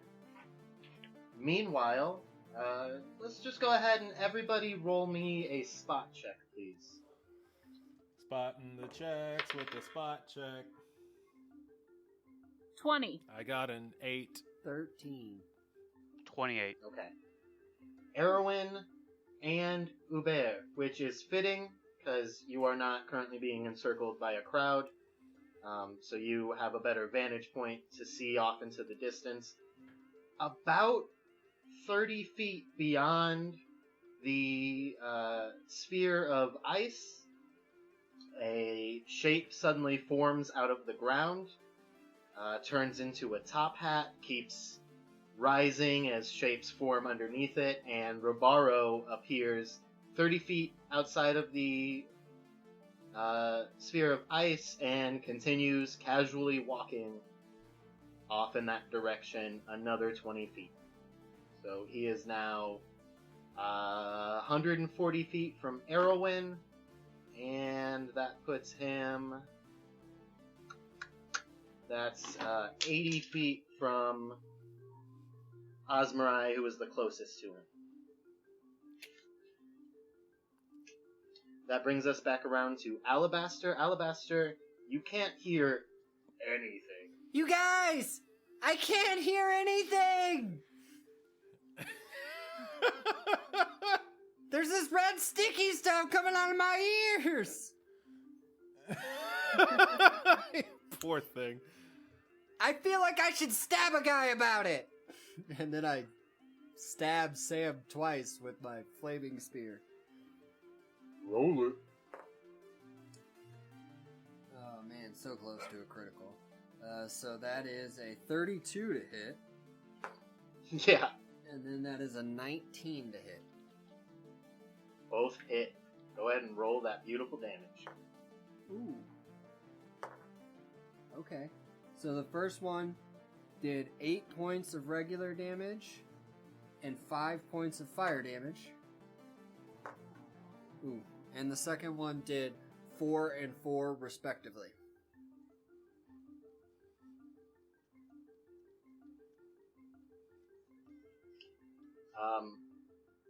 Now a good chunk of the center mass of Sam the Snowman is just a big hole with water pouring out of him. He is still standing, but he has considerably less mass than before. Yippee-ki-yay, mother trucker! Erwin, your turn. Alright, I stand back 10 feet and cast Waves of Fatigue. Ooh. That's a fun one. It has no save. Where'd it go? It is a 30-foot cone, and they're just fatigued. You just see the thickest part of this crowd, which includes Billy Eagles and Paul Oberon. They go from angrily shouting to just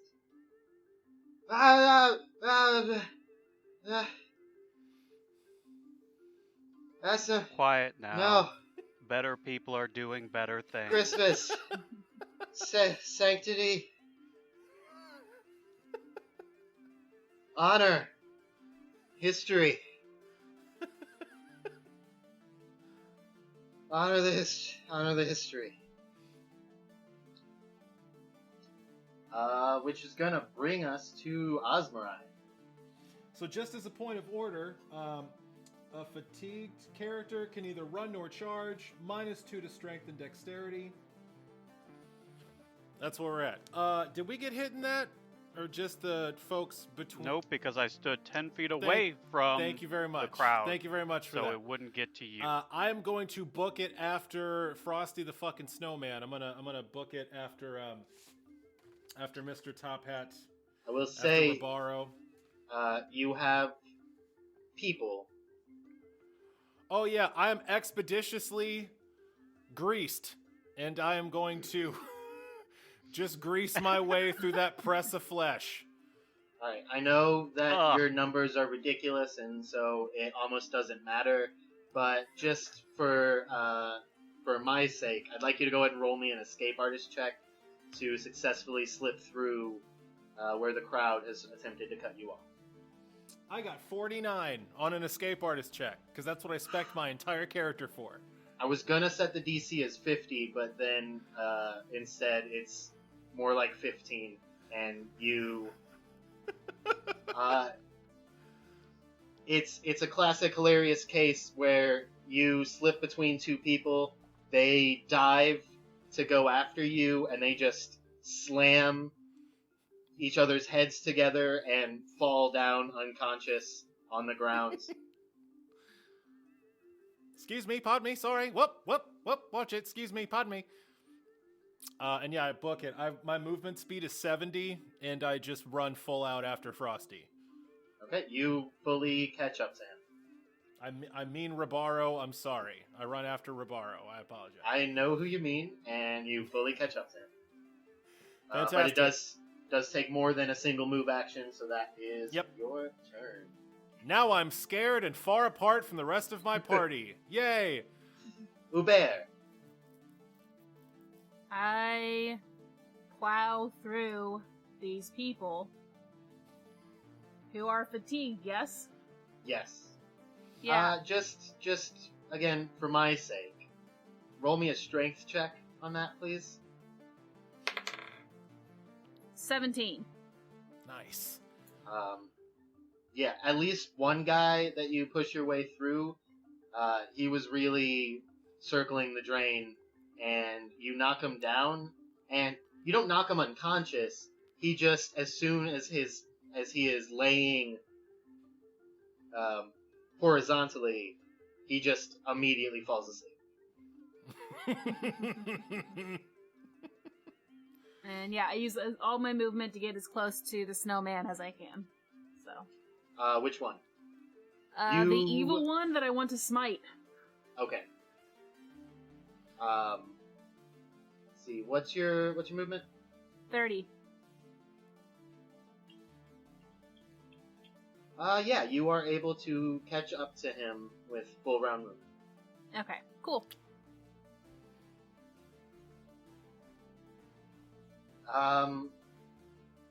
The crowd starts to disperse. I should certainly hope so.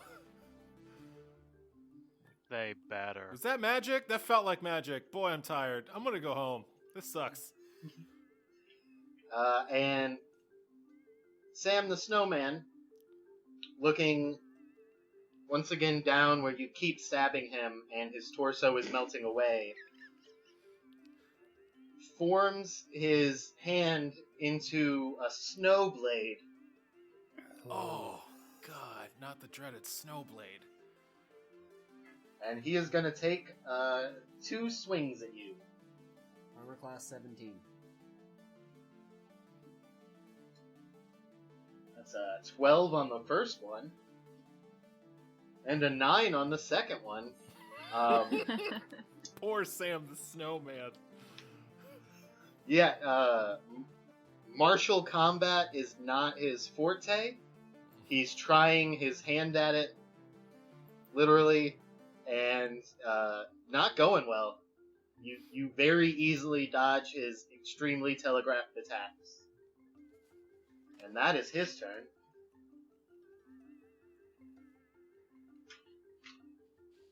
Rabaro is going to turn around. Now, real quick, just to double check you guys' intentions. Are you... Oh yeah, I'm right on him. Okay. Hubert? I'm in scythe range, so yeah. Okay.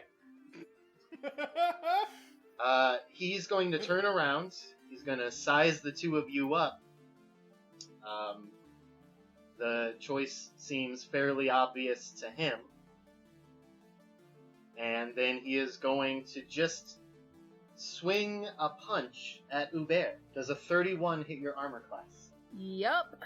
You take 7 points of damage, and I'm going to need a fortitude save from you. Is it a disease? Because I'm immune to those. It is not a disease. Okay.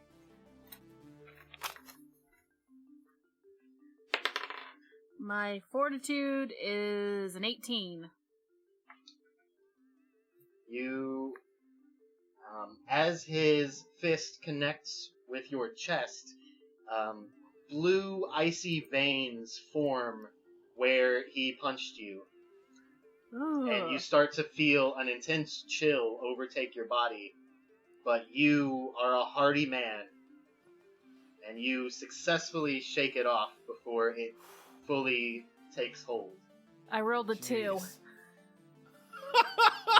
Holy crap. Paladin saves are fantastic. At which point he is going to take the rest of his attacks against you. Does a critical hit? Yes. Does a 28 confirm it? Yes. Holy crap. Does a 20 hit? That's my AC. So yes. I'm guessing that last one did not hit, but he did hit you twice, once with a critical. The critical does 16 points of damage. Oof. The other attack does 9 points of damage. Oh, gosh. Okay. That's me in character. Oh! Alabaster, it's your turn. You have just successfully dodged a couple of attacks from Sam the Snowman. What do you do? Are you really gonna make me keep stabbing you? I don't know why I'm asking. I can't hear your answer. And then I stab him a couple more Oh yeah, you can. Ooh, that's a hit. 31 to hit. Yeah, 11 to hit. that is not a hit. Yeah, that was a 2. Okay, so then 5 points of regular, 3 points of fire. Guys, I'm just a regular old rogue. I'm not sneaking. I'm just It's alright, you're picking off the weakest one. It's fine. Just crowding him. Erwin. The crowd is dispersing, correct? Yes. I glare at them as I walk past them.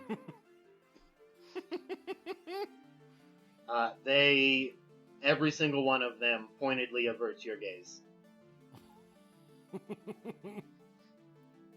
Things used to be quiet around here. I mumble as I And you walk stay 30 off feet my forward. lawn.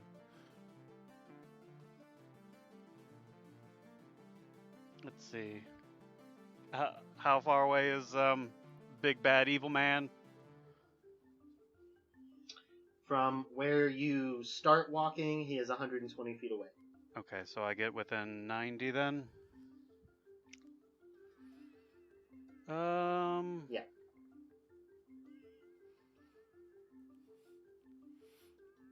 I love that we all decided as a team to completely ignore Alabaster and his fight, and we're just gonna go. We're all gonna do this other thing. You got this, right? What? I've died in every other fight that I've participated in. This one will be fine, no doubt.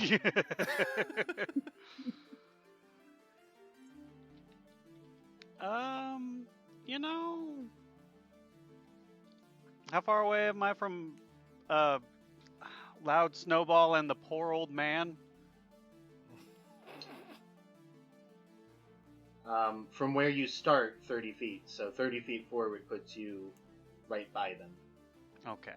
I don't go directly towards them, just off to the side of them. Yeah. Alistair, stop stabbing the poor old man. He didn't do anything to you. What?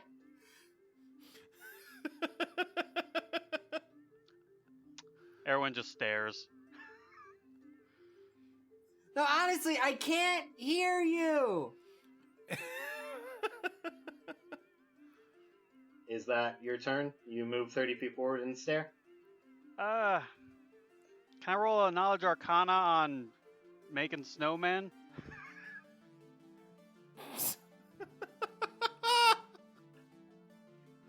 Yeah. Oh, right, I have bonuses in that. Well, not making snowman particularly, but knowledge arcana. I rolled an 18 plus 19. Whatever those two numbers equal. 37. Particularly, I want to know if I can dispel magic this poor old man away.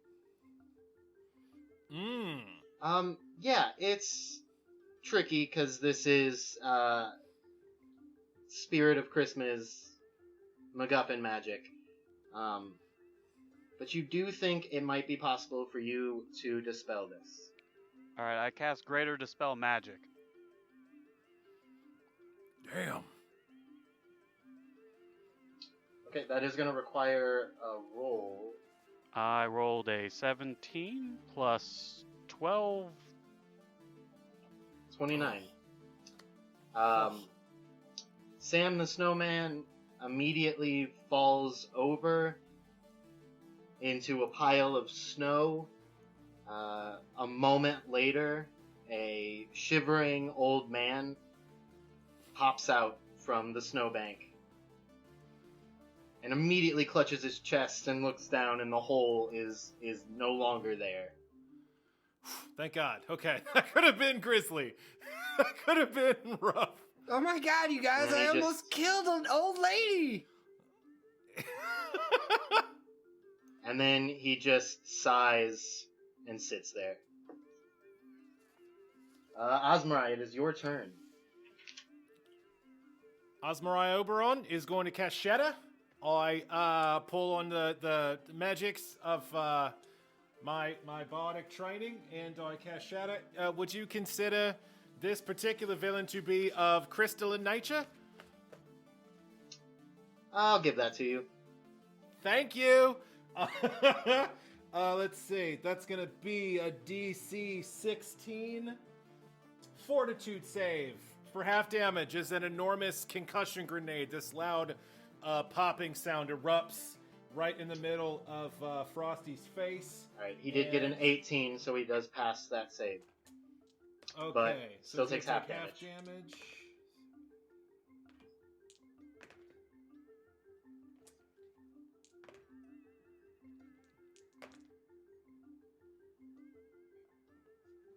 So half of 27, so what?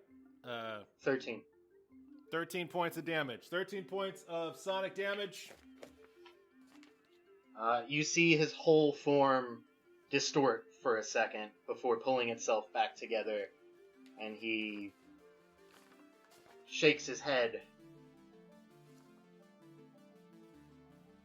I didn't. As a move, and then as a move action on my turn, I command my rope to coil around Sam where I left it, because none of them moved. So I tell my rope to coil around Sam as a move action, and he's gonna need to make me reflex save of 15. All right, let's see what human form Sam's got on a reflex save. Poor old man. He rolled a 13 on the dice, so that's a 9 on his reflex save. He is entangled.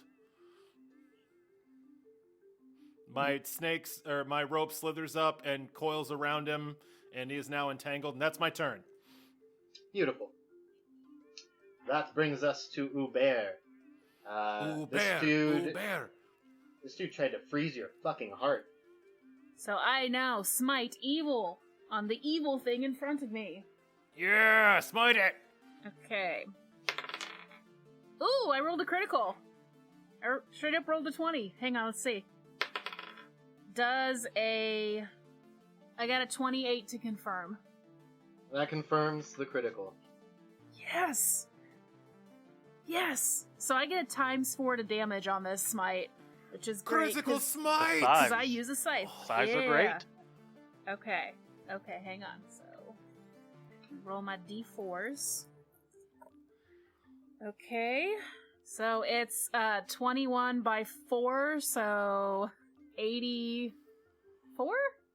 Oh, 80, is that right? I don't know. 20, that's yeah. alright. 84 Yeah. points damage. And that's the first hit.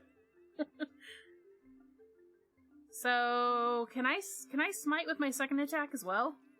I think I get 3 a day. Yeah. I don't see why not. Cool. Double so smite. I smite again. Oh, God, I got a, I have to think, 19 plus 9, 28 to hit. Yeah, that hits.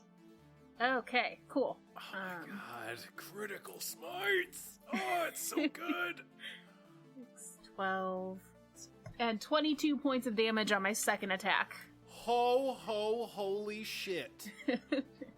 So just to summarize, if I got this right, that was 106 points of damage this turn. Yes.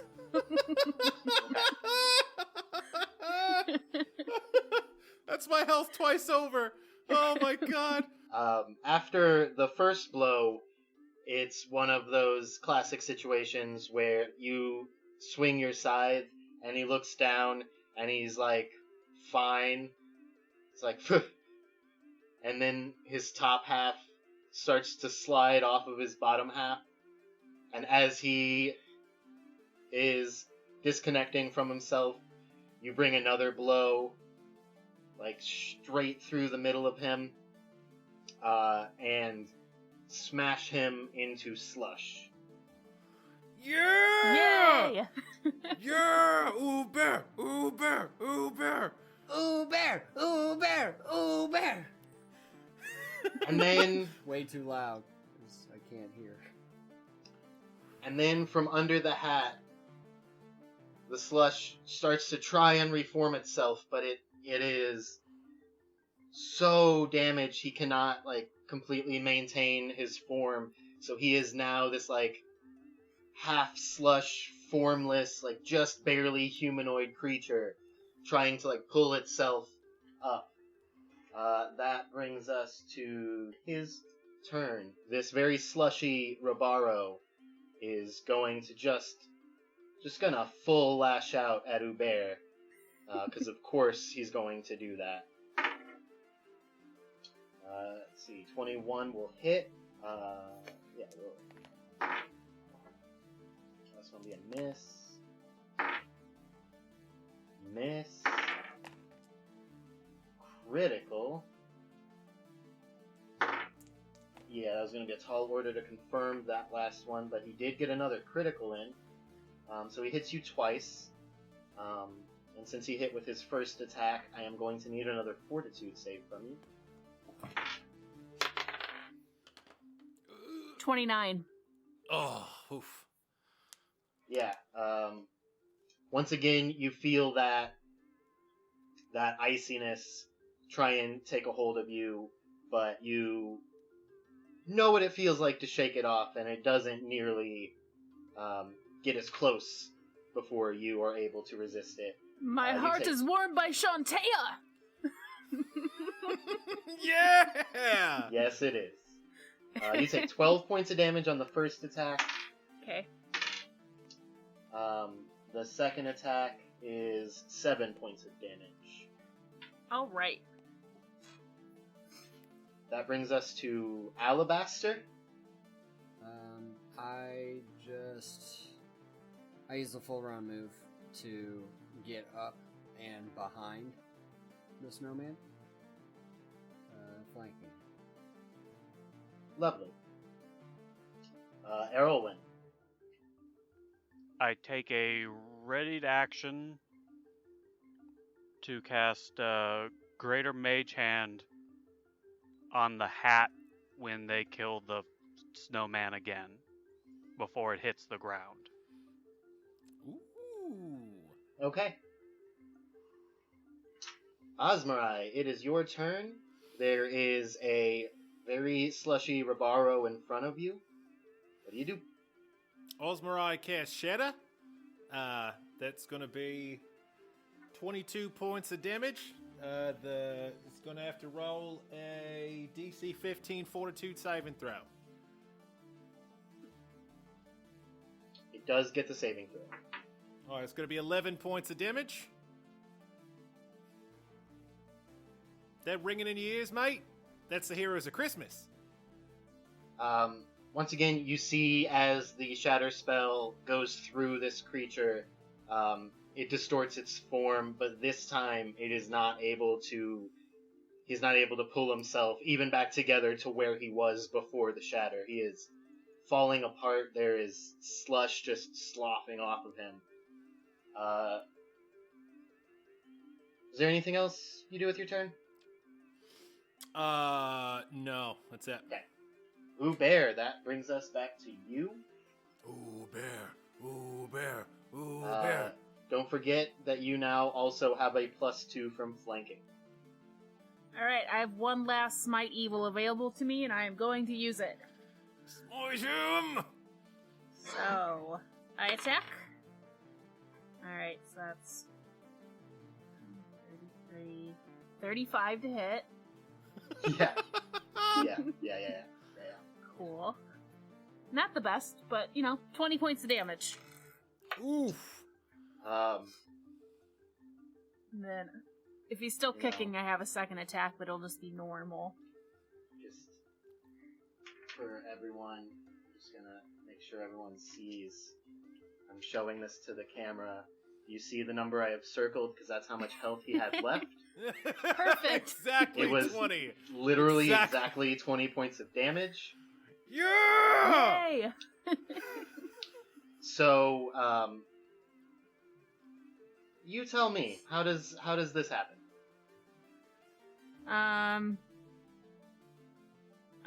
Hubert shrieks evil very loudly, and This is for the ham boxes.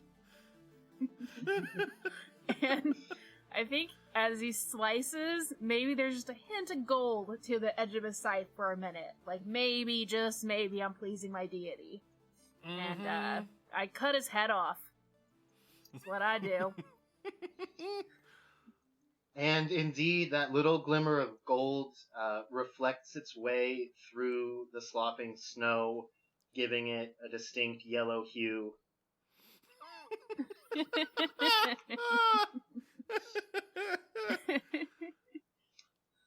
As the head goes flying through the air, a magical hand plucks the hat from midair.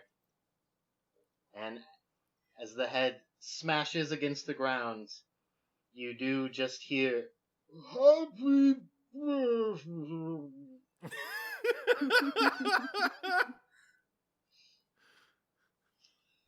And suddenly, everything gets quiet. You look around, the crowd has completely dispersed except for the one sleeping man who's just laying on the ground taking a nice, needed nap. The hat of Robaro Winter floating in midair, held by Erowyn's magics, and the old man Sam tied up, sitting in the snow. And once again, you have saved Christmas. My dad's never gonna live this one down, is he? Dumb bastard. I go drape my cloak over old man Sam, who I believe you said was naked and lying in the snow. So. Over the course of the next week, Sam is deposited in the local jail. We have a local jail. Yep. It's a town! You don't use it very And- often and- because you mostly kill the stuff. And Alabaster isn't in jail more often than not. His grandpa. Ugh. True. And you have vanquished this plot early enough that it doesn't hinder any of the Christmas celebrations. Yeah. And the museum is able to fully reopen. Osmarai, you are offered, at least seasonally, to act as the historian guide since they are down one. Well, I'm honoured to be offered the position. I've made a study of the local history, and I'll do my absolute best to keep all the dangerous, horrific magic shit in this museum under wraps, and make sure that people can properly get the history with all the right context. And yeah, my dad's banned for life. And I think with that we can enter into montage mode. Some beautiful Christmas music plays in the background, probably sung by Osmarai. We see just glimpses of scenes. Osmarai with rapt children listening, hanging on her every word in the museum. We see Hubert with the most comically overstuffed plate of food in front of him, including a whole bird. Not sure what bird, turkey, duck, it's something, but it's the whole one on your plate. You know it's a turducken. Probably. Erowyn, you are able to just get some peace and quiet. Once I realize see we have you... a prison, that's where I'm at. Because no one ever goes there. Because everyone dies. You see scenes of you guys exchanging presents and having fun at the big Christmas party. And at the end of the montage, we just see the, as we will recall, incredibly short Tabitha Tinsel walk up to Alabaster and clink cocoa mugs with him and give him a small smile. And I give her this really pretty fake hat that I found in this dusty ass place. I hold mistletoe over the two of them. I don't get it. And then we cut to the prison where Erwin is just trying to get some peace. And we hear, "I've been here for 1 week! 1 whole week!" I liked you better when you were a snowman. Me too! And with that, our Christmas special comes to a close. Woo! Merry Christmas, everybody. Merry Christmas. Merry Christmas. Bah humbug. Happy holidays.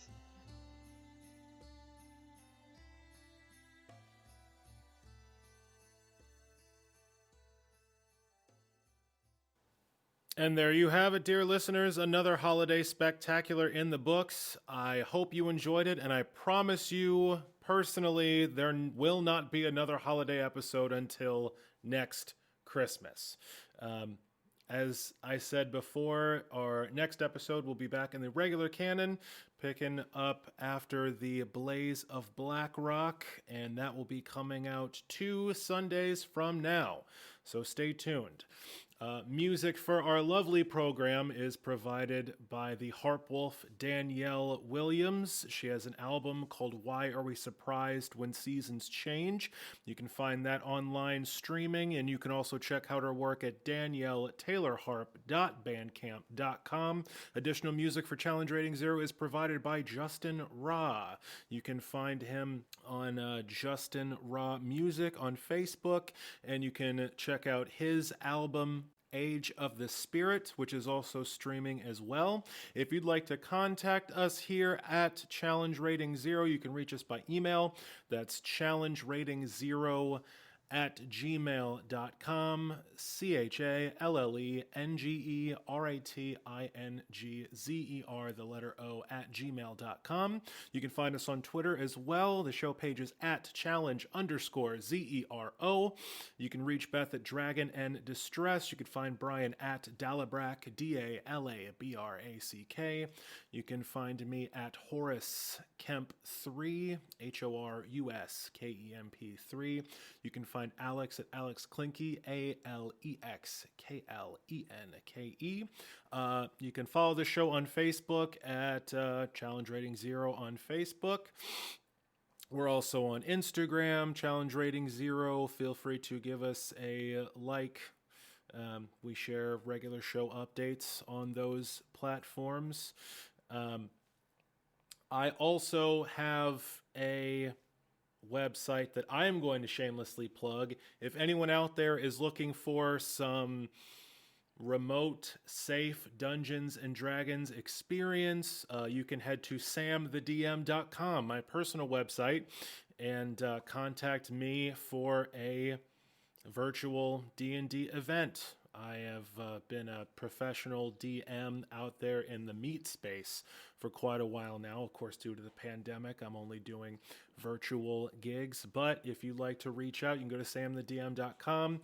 I've got info about the podcast on there, links to all of our social media, and info on my professional services. If you're looking for a dungeon master for a special occasion or a regular campaign, hit me up. That's samthedm.com. All right, that should be all of the plugs. Thank you so much for listening. We got another regular episode back in the canon with your regular protagonist coming down the pipe 2 Sundays from now. And we got some surprises coming up for you here in the next month or so. So be sure to stay tuned. And thank you so much for listening to Challenge Rating Zero. Be safe out there.